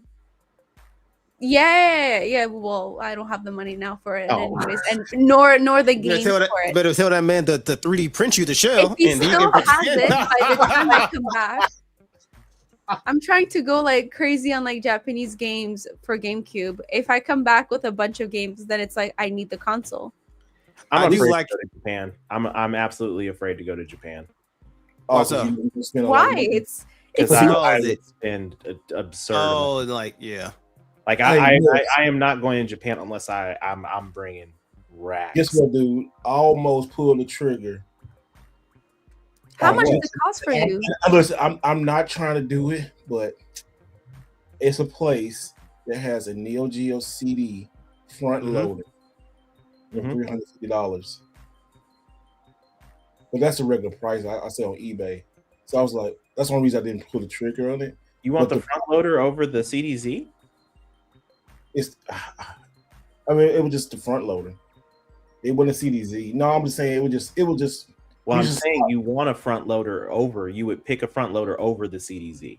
No, I think the CDZ was a little faster. No, It is. I'm just. No, I know. I'm just saying. The reason why I didn't get it because I know I can get it on eBay, but also the box was immaculate. The box was like, it was. I'm not about to do all that. You got the front loader box, My don't you? God. Yeah, I do. Yeah, it's right here. Hold on, I'll grab it. That one comment to empty my bank account for you. There it is. Bro, I spent crazy. Nice. Minty. That's the Turn around. Yep. No, that's not the box. That's You're looking the for the other one? not that one. It's the other one. Oh, It's the other. It's the other box. I don't know. Tell you, I ain't got it. and the Dude, I Panasonic. almost got it too. It's like, and I told you about the other one. I was like, ooh. But that box is so huge. I don't know if I can be able to like pack it in a suitcase. Oh, you would probably have to like break down. You have to probably take out the box and break it down and fold it. I wouldn't want to break And the then box. probably- The box is. The box is so nice. I probably can flat the box this way. You know, like switch it Mhm. around. Yeah, and that's like, don't do that, brother. Don't do that. It's so beautiful though. You can't carry it on, bro. Don't even do it. Can't Or carry if it you on. go to a big Hey, ass keep suitcase, carry on. Don't bring it home. No. get you some bubble wrap in a big old suitcase and wrap that joint up. I was thinking about it too, but I also got other stuff for everybody. Oh, I picked up a Mega Man copy of Mega Man 7 Mega for Ooh, you. Super Nintendo? Just Super Nintendo, this card. Oh, shout out. Appreciate it. Hey, they got any loose CDZ boxes over there? I ain't seen none. I need one. I don't have a box. I just have the console. I ain't even seen the CDZ. I see a lot now. I do see a lot of AES games. Expensive as hell. I saw Metal Slug 3, 4, and 5, and also saw Metal Slug 1.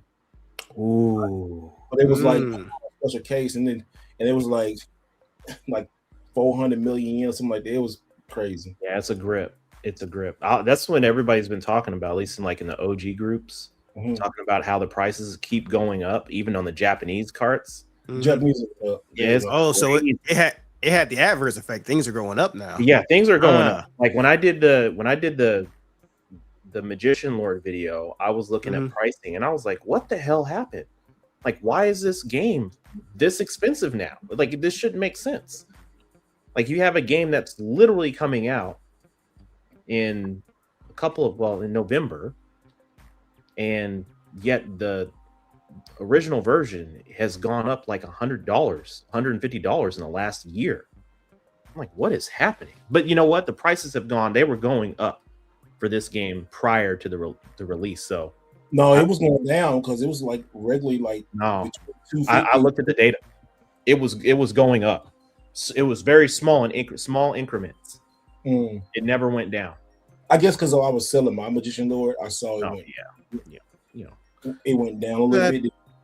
What was that? Was that site you went on, Steve, to where there was something that was on that Neo Geo site, the one that you always be talking about that had the most the expensive ass games on there? You said there was something on there that was sitting for like years, but then it went on sale, and then somebody actually. Which one was that? The Neo Store. Yeah, the Neo Store. Yeah. What about it? Which one? No, I could have swore one of y'all posted something about there was a game within the Neo Store that was sitting for a long time, and somebody actually bought it, or there's something else that I'm thinking about. Two different stores put together. It's a different store. Oh, it's a different. Okay. Yeah. Okay. Yeah. Neo Store. I mean, like, there'd be some games that be on there for a hot minute. I've seen games on there for like the last 5 years that haven't moved. But occasionally he'll throw like a couple of really solid games up at a decent price. They get snatched up real quick. The excitement really hasn't got. It's been a month now. The excitement hasn't died down at all. Really. I have talked to so many people over the last 2 weeks, like full-on conversations in DMs. Folks buying games, and it's been great conversations. Folks are excited. I will say that I think folks are probably a little anxious just because of the AES coming out. And if I could offer any recommendation to any of you watching or that will eventually watch, is like, just take your time, slow down, small chunks, bite size, goals, milestones. Don't try to attack all this all at once. I know you want your favorite game, your grail game, all of that, but games gonna come back up right now. The games will come, they go up and they go down, but Neo Geo is not like, for those of you that are brand new to the console, brand new meaning that you've never collected for this console before, yes, mind you, we have $90 games. You have your baseline. But for those of you that are going after first prints, that's a whole different beast that's taken me years to understand. Do not rush it if you're going after first prints, because And that's also- how you get scammed, because they're still there. They haven't left, because they know there's this new flood of individuals coming in that want to buy these games now. So they're going to try to get you and jack you up. So don't fall for the scam. Slow down. I promise you, the games will be there, and you want to find the best deal that you possibly can. So that's why I created my channel. It wasn't for me to just sit there and show y'all this. It was to show you, like, yo, you need to be doing your due diligence before you spend this kind of money. Be smart. So I don't want y'all paying all this extra money for games that you could probably find a decent deal on. So and be open to Japanese games too. Shit. Yeah, I'm like $40 for Fatal Fury Special, bro. I'm like, bro, where's my plane ticket at? Let me go out there. I know you saw that you would have bought it anyway. I wouldn't even second guessed it, not once. You were like, I don't know if I need this. I'm like, shit, I'll take it. Because if I was there with you, I did debate about it. I had gone there with you, and you'd be like, man, I don't think I need it. Shit. Give me that shit. I'd have been already at the register. And been, so what am I saying? Domo arigato. I'd have been gone. Dude, I couldn't believe when I saw that. I said, hold on. I was like, it's so different. It's a price difference between Tokyo and stuff in Osaka. And then also too, it's crazy. Like the two main big cities, if you go into the smaller outside of the cities, it gets cheaper and cheaper. Like I was going to say before the guest came on, I was looking at one game to test it, right? And it's going to be in the video. Biohazard 2 or Resident Evil 2 or Biohazard 3, right? One in stores in Tokyo have copies on PlayStation 1 for 3,600 yen. And I was like, last year this thing was like dirt cheap, like 700 yen. So I go to Okinawa. I'm not Okinawa. Yeah, I come to Okinawa. Oh, I mean, Osaka. Osaka. I come here to Osaka, and I go to a book off. I see rolls of Biohazard 3. I was like, oh, let me see how it is. Pull one out, 900 yen. I was like, bro, this $2 game. I said, I bought me $2. I was like, yeah. And then what's so great about it, they come with the little sticker sheets and stuff with the memory cards and all that kind of stuff. I said, yeah. So Akihabara do be charging folks because everybody's there is convenient and most gamers run the tourist game store. Stay away from the tourist trap. Like it's okay to go there and get maybe one. Sometimes you have find some hidden stuff. Like a lot of people don't know about this game that's expensive, but it can be expensive. But Devil May Cry 4 physical edition. It's only Devil May Cry 4? Yeah, I got 3 copies. I can get you one you want. I'm straight. I'm straight. It's just I was confused as to what Devil May Cry 4 would be. Like, Devil May Cry 4, it was only released digitally on PlayStation 4. The physical copy here. Okay, I remember that now. I remember. Yeah, the physical copy here in Japan. If you look online, people are charging like $40 to $80 for the dang game, and just like Parappa the Rapper. I know about that one.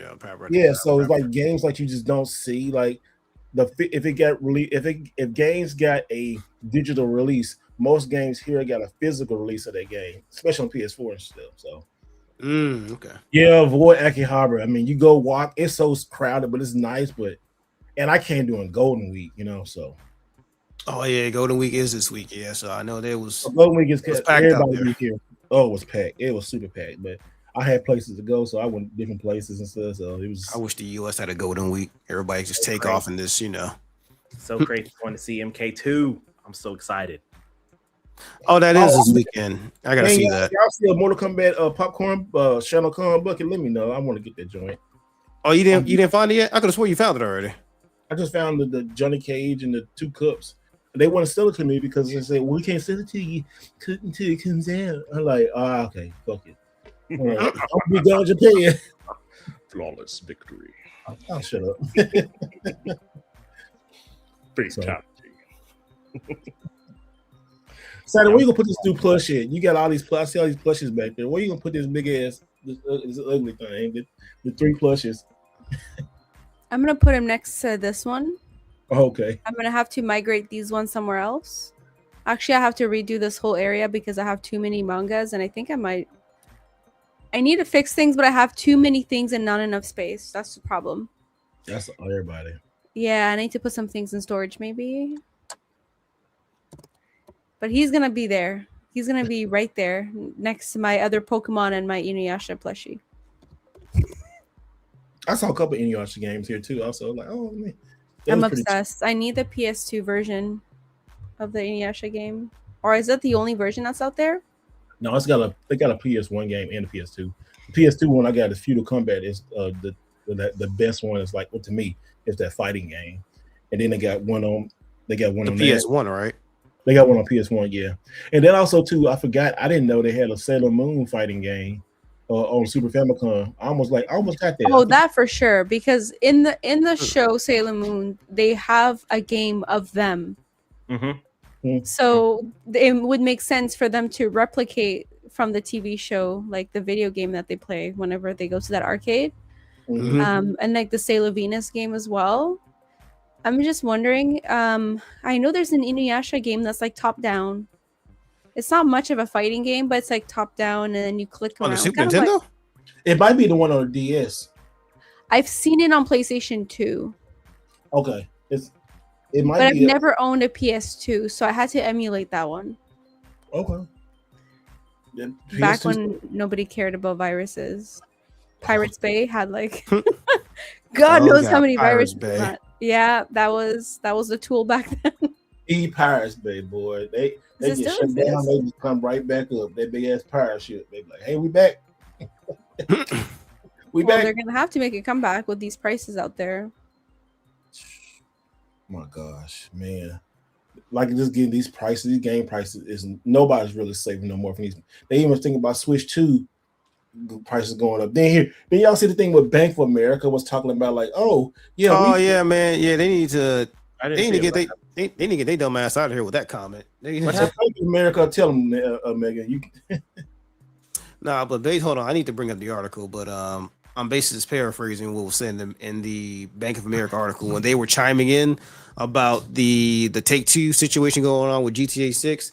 They were basically saying that for the betterment of the entire industry, they're saying that they need to push forward a new standard and make GTA 6 $80 as for the betterment for the industry. I said, bro, y'all need to worry. Y'all need to worry about y'all whole online infrastructure when it comes to y'all banking information because didn't they get this shit hacked like a couple of years back? If I'm not mistaken. There you go. I said multiple times, and they over here trying to chime on people's dollars talking about for the betterment of the industry. Like, man, better the industry by keeping your customer data safe. How about that? But also, they have a stake in Rockstar. Of course they do. Oh, no wonder they said some shit like that. Yeah, they got a stake in Rockstar, so they like we want to make sure our investment, we get money. They want I get money. I get money. Bank of America, boy. I call them scam them in America. November, bro. What is it? November for GTA 6? November 19th, allegedly. November is gonna be absurd, bro. That is gonna be video games industry would have difficulty selling games for $80 if GTA 6 costs $70. Bank of America says. I mean, cost of doing business. I mean, we are buying $90 Neo Geo games. Yeah, I mean, I already think it's gonna be $80 anyway. I think they're just getting everybody prepared for the $80, and then $80 people gonna well spend, and then also they were talking about PlayStation we figured this PlayStation gonna have the not media rights, but the marketing rights for it. Marketing rights for it. Yeah, they got the marketing rights for it. You definitely know they're going to put out a bundle with GTA and sell some PS5s. People are buying PS5s here. The price increase in PS5 is not stopping nobody. I was in Akihabara and I saw 3 people buy PlayStation 5s. I'm so happy for Were they were they Japanese, American, or 2 pros? Japanese? No, Japanese. 2 pros and 1 regular system. 2 pros. I'm not buying them. It ain't happening. Oh, I understand. I'm saying this price increase is not stopping. Nobody's people are. I mean, of course, it's not going to stop them. Yeah, people really love video games, but we'll complain because we're so close in the bubble. But people outside the bubble, like, oh, okay. I will say this: that I bought Pragmata on PS5, and I've been playing it. It's been, I mean, I played the demo on PC. I should have just bought the PC version. I should have. I was just trying to be. I was being lazy, and I was like, I don't want to sit at my desk and play at my PC. I just want to sit on the couch. I've been feeling that same way too. Right, and same way. Yeah. I'm sitting here like, dang, this game just does not visually hit for me the way it did when I played the demo on PC. Oh yeah. Yeah, the PC version got all those extra particle effects, especially with Diana, the little girl. Yeah, that's man. always accompanying you, like the hair physics. I was like, damn. And I was sitting there, I'm like, what is wrong with this game? This game just isn't doing it for me right now. And I was like, that's why, because I didn't buy it on PC. Yeah, I think I already said that. I already had the intention on buying it twice. I got it on Switch too for my first playthrough, and then when it goes on sale, I'm gonna double dip and buy it again. I just wanted the excuse to say I can have a handheld. It's still working pretty fine. But then I think I want the full fidelity for when I actually do get it on PC. Definitely. So, definitely. And I need to go pick up a copy of Suros. I haven't picked that up yet. So that did come out. Yeah, I forgot that shit came out. I'm being honest. I did too. I loved Returnal. Returnal was amazing. So I gotta get Suros. I beat Returnal twice. So how? It's so hard. What do you mean? It's so hard. Maybe because I have like no reflex whatsoever. Like I just die in the stupidest ways possible, and I just gave up. Chat, real quick.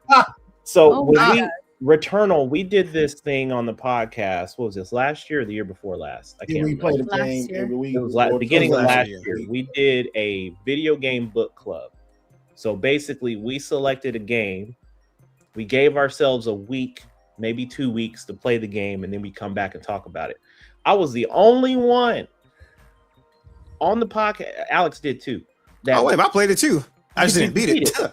I didn't beat it. No. I was the only one on the podcast that beat it twice. Because if you beat it twice, then you get like all this extra, side steps of the story. I was the only one to beat it.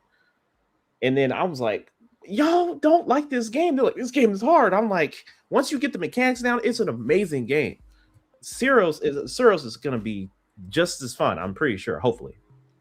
I can't believe y'all didn't like that game like that. I just thought it was all right. That's the only thing about it. I didn't hate it. I thought it kept dying. And also, I think it was.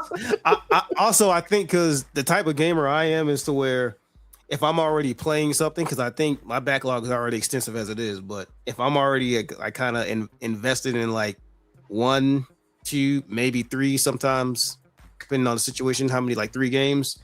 If I add in like a 4th, I think that was like either the 4th or 5th game that I added into the rotation. Sometimes my mindset is still stuck on the previous games that I was playing that I like can't really like fully lock in and enjoy it. That's like that's not the game's problem. That's more of a me problem. So I think I probably need to, as soon as I finish playing the other games I got, like Pragmata, I think I can finish that by this weekend. I think I'll probably go back since I don't have anything that has my immediate attention. So I think I might go back and actually try it again. Because if I'm playing like that along with something else, then yeah, I'm not gonna give it probably the credit that it's due. So again, that's the me thing. I'll be going in on your boy. Neo, is Mortal Kombat 2 coming to your crib? Mortal Kombat 2 on Broadway. No, I'm going to the theater for that one. I heard that movie. I gotta catch that out. Yeah, I've heard nothing. I heard it was pretty decent. Yeah, I heard compared to the last one, and especially the one before that, Annihilation. Yeah, this league's better. So Annihilation, league's better. That no. Hey, Ness, can you bring up that link? I just put it in the chat. Yeah, let's see what we got. Last on the X1. Let's see. I just thought that was. I don't know. That was a long time. Wait a minute. That was how many hours? That was 5 hours ago. PlayStation's preservation journey is on its way, and we're looking forward to stop anytime soon. Being able to share our vision, works, hopes, and dreams with Sony leadership was a special moment for our team, and we're excited to see where it goes from here. What is this of? So they saying Genki, he was saying PlayStation are internally working on IP preservation system to properly archive data, art assets, and materials from its older games. Games such as Parappa the Rapper, Ape Escape, Sly Cooper, Drax and Daxter are featured on the presentation art. Oh, they need to forward that shit to Square Enix because them motherfuckers keep losing the source codes to games. I'm dead. I'm dead serious. I remember, bro, like no, dead ass, because like they said the reason that some of those Final Fantasy games were kind of hard to port over or just get a remaster, because Square Enix straight up just said, "Hey, we lost the source code." I'm like, how do y'all be losing entire gigabytes of source code files that y'all spent years of these games making? Y'all just came to work one day and said, "Oh man, it's just Gregory just didn't bring his flash to work day. We just lost all of our source code." Oh, well, better pray to God nobody wants to remaster it like this shit. So they give me the question, like people in the chat that gets people on the podcast. What games would y'all like to see like come back? We saw Parappa. We kind of saw. Well, we haven't saw Sly. We haven't saw Ape Escape, but are they talking about just games that we want preserved or games that we just want in general? Yeah, from PlayStation. I guess from PlayStation, the PlayStation era. So, or I guess PlayStation IPs. Because I think one of the questions should be is what games do they already have preserved? Because I would kind of think a lot of stuff from like the PS1 all the way to the PS3 era is preserved, but I would love to see another depends on which ones. Or Wild Arms remake. I just really love that RPG. Wild Arms was so good. They did bring Wild Arms 1 through 4. That's on the PlayStation Store now. You can buy those, especially 4. 4 just recently added. But I'm talking about like just remade Wild Arms. Oh, like a remaster? Oh, yeah. Definitely. Like, I really like the pixel art remasters. And I know somebody was saying they should do Chrono Trigger again if we ever get that. Mm-hmm. Oh, I at the Square Enix store, they got the Chrono Trigger not collectible, but toys are out. They got right where the figures, where the Neo Geo is pointing at. Mm-hmm. I didn't go upstairs and see it, but I saw it on the poster and it says go upstairs. I said, let me go to Neo Geo. But yeah, they got them on display. The same store as the Square Enix store and the Neo Geo store. You know what? Remaster? Remaster. I would love to Parasite see. Eve, that'd be good. Huh? Somebody said Parasite Eve remake. I would love to see Square. That would be good. Do Brave Fencer Musashi. Ooh, yes. That's a good one. I would love Did you ever was like $2. But I was like, dang, you can't. You should have copped that. $2. You should have definitely copped that and told Ness about that shit. If it was only $2. Well, I was thinking about that because you know that Polymega that's supposed to be getting soon. Yeah.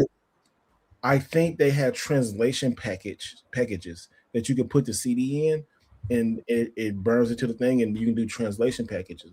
But also too, I do have it on my modded PlayStation, so I don't need it. But Brave Fencer, I like that game. The game is great. Even the art, everything is great. It's a great. Did either of you ever play the sequel, or do you know about the sequel? Oh yeah, Brave Fencer. Yeah, Samurai Legend. The one on PS2. It was okay. Mm-hmm. I wasn't a fan. I like the soundtrack. Other than that, that's as far as I can get with that one. I like cool though. Was it a Guitarro Man or Gaturu Man like that? How you played that one? It was like one of the rhythm-based games on PlayStation 2, Guitarro Man. You had to look that up. It was like in the vein of Parappa the Rapper, but it was Guitarro Man or Hiya Gaturu Man or somebody you say it like that. But it was pretty good. Look it up. It's a pretty good game. Did you get any more swag? What was that jacket? That KOF jacket you was rocking? You ain't called me about that, sucker. I knew. How dare you say something? Buying jackets without me. You didn't call me and say, "Yo, Ness, I found another jacket. You need one?" Nah, this sorry sucker just get on. So matter of fact, you know what? X and just over there got people taking pose pictures. Hey, pose. Can you take a picture of me real quick so I can swag out on the line? Sorry, sucker. I see how it is. He called You me like the this? first night. He's like, Ness, you need these? I was like, yeah, give me all that. I said, When I found that I wasn't, you was asleep. I was like, I'll call him later. But I can go back. I can go back and get it one. It's Do you fine. want one? It's fine. It's all good. I see how it is. Do you want one? I see how you move, brother. All good. I mean, it's like with $90. I mean, do you want one? I didn't know you like the Earth. Fine, it's over. It's past. You're already wearing it, so you know. I don't want to. I am wearing it. But you want one? They had a my, and they also had another one too. You want the my one? Had what? Terry, Jerry, and Joe on it. Terry and Joe. Yeah, that's fire right there, man. I mean, because I got the 2X. I know you probably went to extra large since you lost the weight. Well, I mean, I'm still getting bigger, you know what I'm saying? You know, I'll be in the gym, you know. He's like, hey man, you know, I'm just saying, bro, you know, I'll be dieseling up right now, man. I'm trying to tear through this shirt right now, you know. I'm trying, you know, I ain't trying to hulk out. I'm trying to hulk out. I'm trying to hulk out. Nah, I mean, it's like you more shredded than a Zulian salad, dude. You got the secret, dude? What's the tips? You got any tips? The jacket was pretty cool. I mean, the way it fit, it fit really nice. So like it felt good. It felt really good. I didn't think you liked it. At first I didn't think you liked that style, but like I go back because it is nice because it got that Mark of the Woods logo, and then got King of the Fighters 15 on there. I was like, oh yeah, that shit's clean. And it's probably seasonal, so it's probably go back. They're gonna have it next year. So yeah, I'll go back and get it one because they had the my. And they had that, and I forgot the other one they had. It was somebody else, but they were all nice. I can't get all three of these jackets. I couldn't. I mean, I could, but I didn't want to because I want to get something else. But I go back because they didn't have the Fatal Fury shirts. I thought they was gonna get. I wanted to get an updated one. You know, like they had nothing, huh? Because I was wondering. I was like, dang, he ain't called me or nothing. You called me when you were at Evo, and that was it. They did have one other Neo Geo shirt. It was like Neo Geo Shock, but I'll let you see it. It was white and black. It's okay. It's a Neo Geo Japanese logo shirt. It's black and white. It says not Future Shock, but you know, Neo Geo and then the Shock, whatever it was. It was okay. But yeah, when I went last year, got those Fatal Furious, the red ones, those are clean. I ain't seen those this shit. What, the one with the white and red? The one you got? Yeah, we got last year. Yeah. Fire, bro. I love that shirt. I've only worn it like twice. And when I washed it and it held the colors, I said, oh shit, that's some good material. So you know them shirts that you the clothes you get that they don't fade or they don't shrink or they just still look good. Like, oh, okay. I wash it on cold. I was like, oh, this still nice. Okay. It didn't fade it. He said maybe see the jacket. I mean, I can't unpack it right now, but yeah, it's on my Instagram. Go check it out. So, Neo Geo news. Yeah. Oh yeah. Yeah. We got your new Neo Geo news right here. Do you know how many days before the Neo Geo supposedly come out? Did you look that up? What did I say last time? You said like 100 and something days. I think it's like 160 something days, 150 something days. It was 167 days. So we're at 160. Ticking down. I think. Let's look and see. But anyway, besides why we're looking at besides, I guess we did the full set, you know, the news and I guess that could be part of the news, but anything else you heard or seen about Neo Geo numbers? You said it was sold out. I saw people are saying it was sold out. Is it sold out now? So from what I've gathered, currently right now, they are still trying to fix the issue in the States. Okay. So for those locations, damn, it's a tax situation because I mean they blew way past the numbers or whatever. It's something behind the scenes that I'd have to get some material to actually break it down to be so I'm not saying anything wrong. But the plan is they plan to have that fixed by the end of this month, and then they would open it back up for Ultimates. Right? So you'll have an opportunity for Ultimates. What I'm gathering though is that it's probably not going to be open for too much longer after that.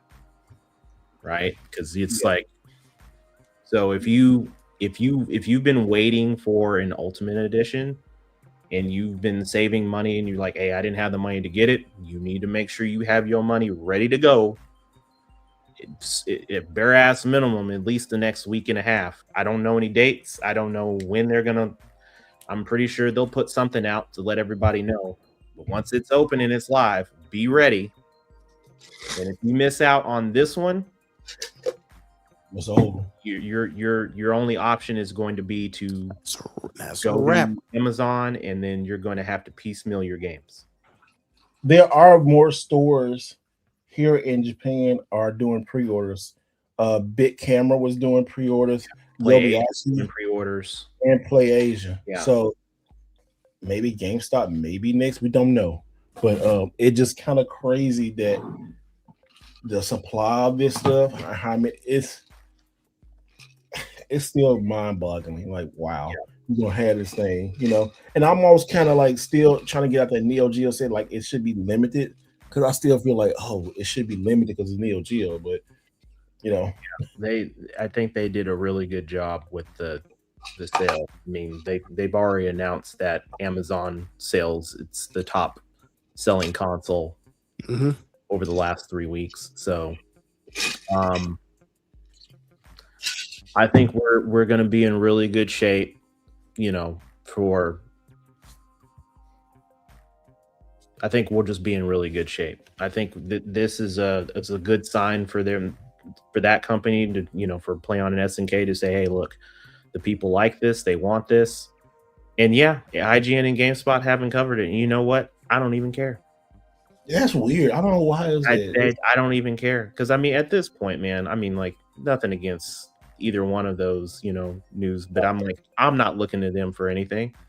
Like, I'm judging it based off of my opinions only. So, you know, the last, who nowadays is looking for anything in terms of opinions from IGN? If we being honest, yeah, like it's and a lot of times it's almost like you see some of these reviews from some of them, and it's almost like a Rotten Tomatoes review. It's like the critics are really harsh, but all the people love it. So it's just kind of like that. It's all subjective at that point. And if they don't want to put anything out on it, I don't care. The people they put it out there. Like, it's already 100% like winner. If you were to rate this right now, it's a 10. We don't even have it in our hands, but the people spoke with their wallets. So, but I'm feeling really pumped about it. I'm feeling really pumped about the console because me too. I think we've got a lot of good folks behind the scenes working on it to make sure that's really solid. I think we've got a good lineup of games that for the first batch, they've been teasing us online. So, you know, I know folks have asked, like, do you think they're going to do more? Absolutely. They wouldn't be doing those comments on Twitter and all that. They wouldn't be teasing us like that if they weren't going to do that. So the real question is what's the next batch going to look like? We don't know. But that's going to be the most exciting part. Oh man. That's all I know is that Super Dodgeball game better be in the next patch. That's all I know. If and when that ever does come out. I wish. Because until you said something else, I said, bro, there's a Super Dodgeball on. What? Bruh. I said, so you were telling me I was getting the Pediasure version of Dodgeball this whole time? And that what you telling me? Man. No, I was serious because the first time I played it was on NES, and I think there was like a Super Nintendo version. That's a good version too. I grew up playing that. And then there was one. And then there was one that I first was introduced on the Game Boy Advance. That's the one that I played that I remember. And then I saw the Neo Geo one. I said, oh yeah, I was playing the malnourished one all this time. And I didn't even know it. That's crazy. That's crazy.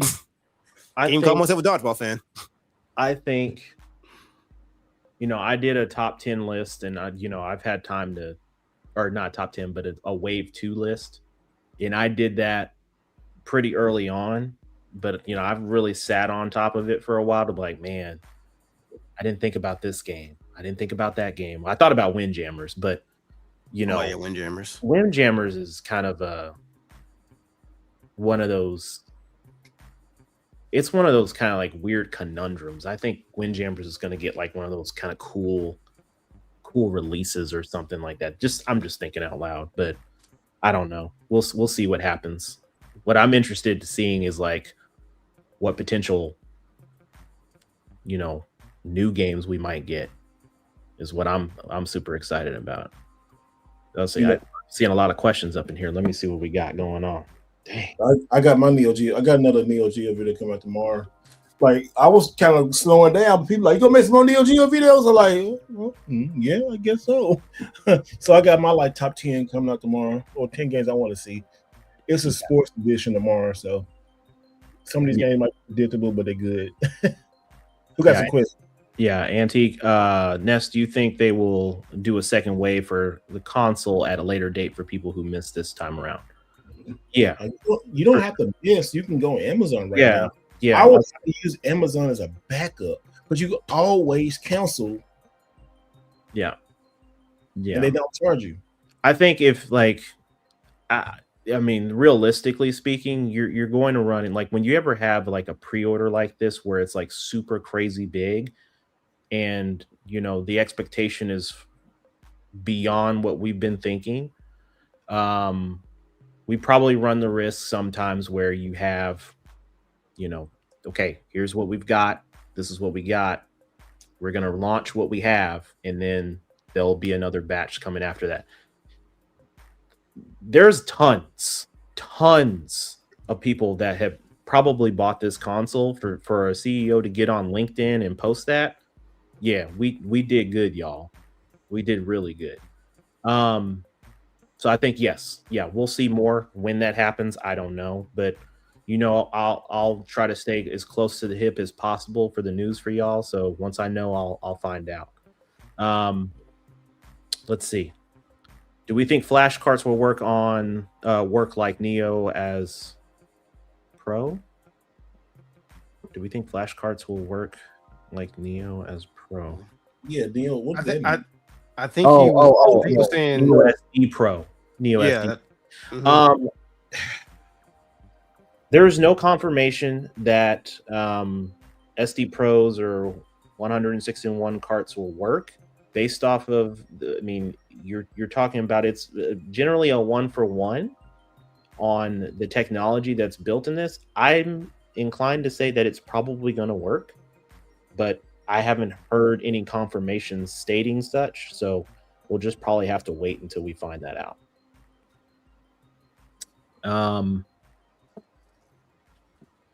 Let me see if there's anything else in here. Oh, did we hear that they're hinting at NOR flash and not NAND flash on the cartridges? Yeah, I have heard that. I haven't heard anything specifically come from PlayOn. I mean, we had heard from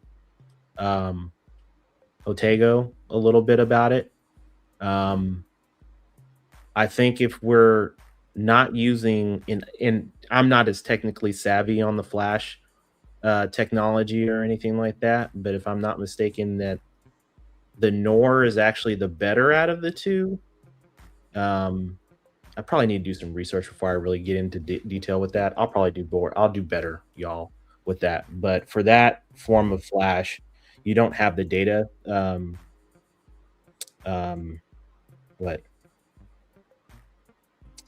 What's the word I'm looking for, Mega? For what now? Like, so for, the NAND flash, the data or the data compromise, like it degrades. Yeah, the data degradation. So it starts degradation of the degradation of the data. Yeah. One or the other, and I'm probably going to have to do some research on that a little bit more, y'all. So just bear with me. But supposedly that the version of flash that they're using won't have those issues that some folks online are commenting about, saying like, oh, it's only going to last like 10-15 years, and then it's just going to be a dated, you can repurpose the flash and you can re-download. You won't be able to do any of that, as far as I know. So let's just wait. There's going to be a lot of speculations. There's a lot of speculation on boards and what do the boards look like. We'll just wait for PlayOn to come out and tell us. We'll just wait. Yeah, I'm going to have more questions. We're going to wrap this down in a minute because the boy got to go check out in a minute. Yeah, and get to another hotel. Yeah, that's right. Oh, that's you hotel hopping. Okay, I'm hotel hopping. Yeah, whole hopping.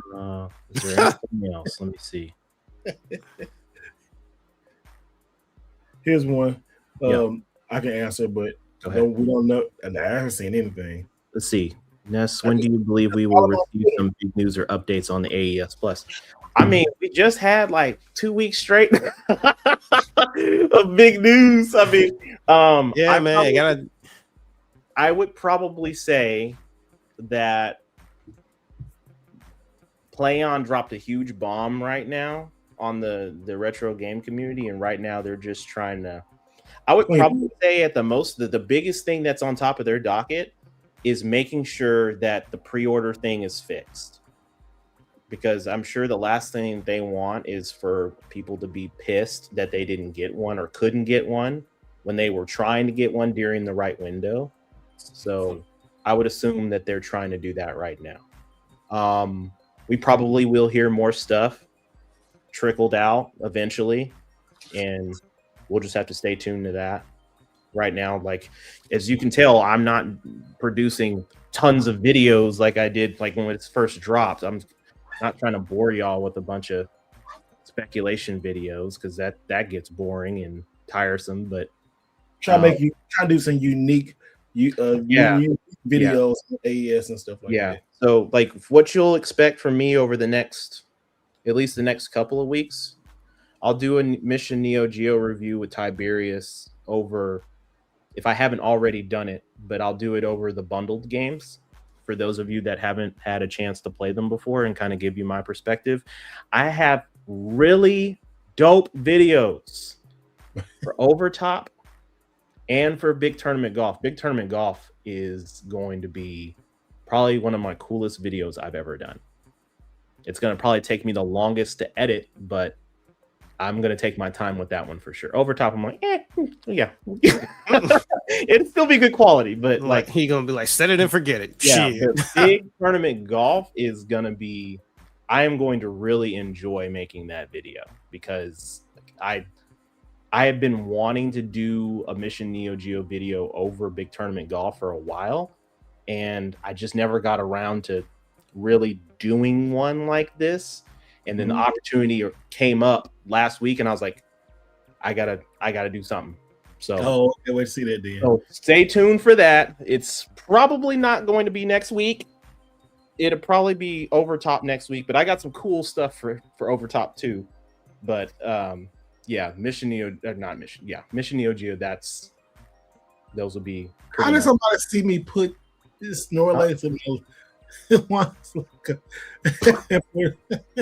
because big mother sucker could not fit there. I put up in the Switch 2 bag, and like I was trying to find space for one, and also too I bought a lot of stuff, so I got like that luggage and this, and it's because Snorlax belongs to this woman right here. This is hers. So. Thanks. Can't wait to add it to the other Snorlax there, and Fat Pikachu. Oh yeah, Pikachu. I'm telling you, this is how he's supposed to look like. But this one with gray, I'm so sad that it sold out. Yeah, we missed out. So yeah, I'm gonna get that. But thanks. Oh yeah, and I think. Well, I am. I know. I'm giving away a game. That ain't what y'all think, but I'm giving away. I got a game here that I'm gonna give a Neo Geo game away soon. Not Ooh, yeah. Damn. Okay. We doing Neo Geo giveaways. Okay. Shit. Yeah, I didn't think we reached this point. Okay. Shout out. It's a game. It's gonna be it's probably card only. I got some good deals, so I'm gonna pass it on to everybody. I gotta figure out how I want to give this game away. So you know what, Steve? You said it's cart only. Mm-hmm. That's all it's gonna be, is a cart. Mm-hmm. Then I've got a brand new snap case. Okay. That we can put it in. Okay, we'll do a combined giveaway then. Yeah, you can do some. All right, cool. Brand new snap case, we can put it in, and then they can make their own art how they want to. Yep. Yes, that's good. So the game I'm gonna be giving away is a Fatal Fury Special, and you wouldn't be saying those words if it was 2024. I can tell you that right now. Those words not be coming out that man's mouth. Look, it seems like just give me 5 minutes. I hear this in the comments. He's sneaking watching it like he said he heard free. He jumped right in. Free, you say? Free Neo Geo? $3.99. Shit. Yeah, so but don't we're gonna see how this is gonna work, but this is the one of the first because me and Ness are gonna try to do more Neo Geo giveaway stuff, and this is just the first kind of like thing we're going to kind of do. But really, because we appreciate y'all like watching the videos, and it's really appreciate y'all reviving Ness's channel. Like y'all helped. Your boy was gone. I'm telling you, I wasn't He was lying. gone, y'all. I was done with YouTube. Y'all brought you lit the fire back under me. It's been really nice talking. Oh, let me see. Can I find the game? This is the big ass suitcase. Let me see. I was Daniel. I was collecting pocket games, and the only one I have left right now is the Neo Geo Pocket. I have this sealed copy of Pac-Man on Neo Geo Pocket Color. My wife got me this, so I can't let this go. Oh man, I remember those games too. Each one was $70 to $90. The only game I own one, but the only motherfucker I had on there was Sonic Pocket Adventure, the game it came with. So here's the game I'm giving away. Here it is, Neo Geo. It's a Fatal Fury Special. That's a good game. It's a really good game. I'm gonna seal it like this, but I'm giving away this, and then Ness is going to give away the snap case. Then all you gotta do, you can go like the Southtown Homebrew, or make your own, make your own cover art. But yeah, this game right here, and like, what does this go for loose really in real time? Like, if it's loose by what? Probably $20. If you're looking at it from Japan, you know. We're not talking about like Japan, but like overseas, somebody bought one by $50 probably. Yeah, it's probably about $50. Yeah, but take it over here. Oh yeah, I know, right? Yeah. But so a brand new game for you guys. Whoever. So if you do have this game, do not enter it so you can sell it. Let somebody in it who don't have it. But yeah, this would be a good game. I went back and got it. I was like, no, get this game for somebody, and this is really good. Yeah, man, I was looking on eBay, man, because Special is a pretty common game, and you can be lucky sometimes and find a loose manual, at least for that game, on eBay if you look right. So I was just double checking to see if it was on there. Oh, you was gonna try to get them the manual or something? No, I was just trying to point them out towards the manual. You get the game in the case. He said, I ain't trying to spend racks on. I ain't trying to spend racks on a worthless piece of paper. You got me fucked up. Just trying to help out. Just trying to, yeah. So that same cart on eBay is $174. I mean, hey, Steve, you can definitely enter. I just got to figure out how I want to do this because I can't do no just picking. I got like you got to send some kind of way. So it's not gonna be today, but it's gonna be soon. So yeah, and I am giving this away seriously. Steve, there's one more comment that keeps popping up. The pink travel bag, the SNK travel bag for the AES. Have you seen any of those over there? No. Nope. Do you feel that PlayOn and SNK should do a re-release of that? Actually, you know what? Yes, PlayOn, SNK, please re-release the travel bag. Swag it out. Please, we'll buy it. There's so many of us that will buy it. Super Potato. I got to check. I'm going to Super Potato later, so I don't like buying for Super Potato because they so expensive. Mm-hmm. They super expensive. And they might want $9,000 for it. I don't know. Damn. Nine racks. Y'all got it, player. Y'all got it. Good evening, Mike. Yeah. MVS carts. All right. Oh, I can check in at 2. I can check in at 4. It's 2. Okay. That's even better then. You have time. Wait a minute. I'll check out. That man trying to do it right now. Oh, no, that's oh, no, that's unhelpful. Yeah. I don't know if they listen to me like that, Green Neon, but yeah, hopefully they are. Yeah, I would love to have a travel bag too, because those are. I actually have uh, another Neo Geo collector who's a good buddy of mine. He recently just acquired one of those, and he sent me pictures of it. I was so jealous. I was like, oh my gosh. So he went through the whole process of cleaning it and making it look pristine. That thing is nice. Oh, it's so nice. Yeah, I'd love to have one of those one day. Hold on. They added more DLC for Resident Evil Requiem. Did y'all see that? Just came out. The Leon Must Die expansion pack. What? Yep. What is it? Saturn's Leon like, must die always. Leon must always die. Hold on. Leon Must Die Forever. DLC minigame just uploaded. Capcom just released the Resident Evil Requiem DLC minigame for free for all platforms. The mode is called Leon Must Die Forever. Shadow drop without any announcement. Available on all platforms. Let's see. Is it like just a shooter? And you have to avoid getting killed? Says the DLC as is described. Grace made it home safely, but Leon still has work to do. Use his enhanced abilities to complete this minigame as fast as possible. Players then have to make their way through 20 levels to take out the main boss, which is Victor. Defeat Victor within the specific time frame. It said also extreme high difficulty option too. It's pretty much like Mercenaries, but you're only just playing as Leon, and there's different levels to it. And why only Victor? Why can't they do Wesker? I think they probably saving him for the next Resident Evil game, especially since a certain person's name. Well, I don't even know. Spoiler. Chris's name was dropped in Resident Evil 9. I don't know if that's shocking to everybody. But yeah, that motherfucker's name was mentioned again. So yeah, isn't he might be in his 60s at this point? Like, what is he going to do besides break a hip? What's the point of like man, this is getting too geriatric at this point because Leon geriatric. They gotta end the series. You know, they like I look at Resident Evil now like the fast series. But Leon is pushing the limit. Like Leon's 47 years old. He's pushing the limit.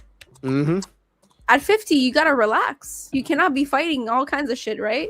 But then you have Chris, who's like in his 60s. That I'm confused. That man Leon gonna be parrying people in retirement homes and shit. Like he still got it in him. He still got that dog in him. So oh my god. I never. You would think that the older you would get, the more you would slow down. Nah, man, he was more roided out than he ever was, and he needs to keep his I was so confused. I'm like, bro, how are you stronger now than you were like in your mid 20s and 30s? This don't make no sense. He's this man aging in reverse. Yeah, he's stronger than when he was like a rookie cop at his like peak prime, like physical prime, basically. Like this guy went through rigorous training to get to where he was, and somehow he's much better. And don't get me started on Chris. I know for a fact, though we know he's geriatric as fuck, I know for a fact they're gonna make him like I don't know, like physically. Probably more than Leon. Like he'll probably be able to do all these like roll attacks and all that weird shit. Just breaking through walls. Oh my god.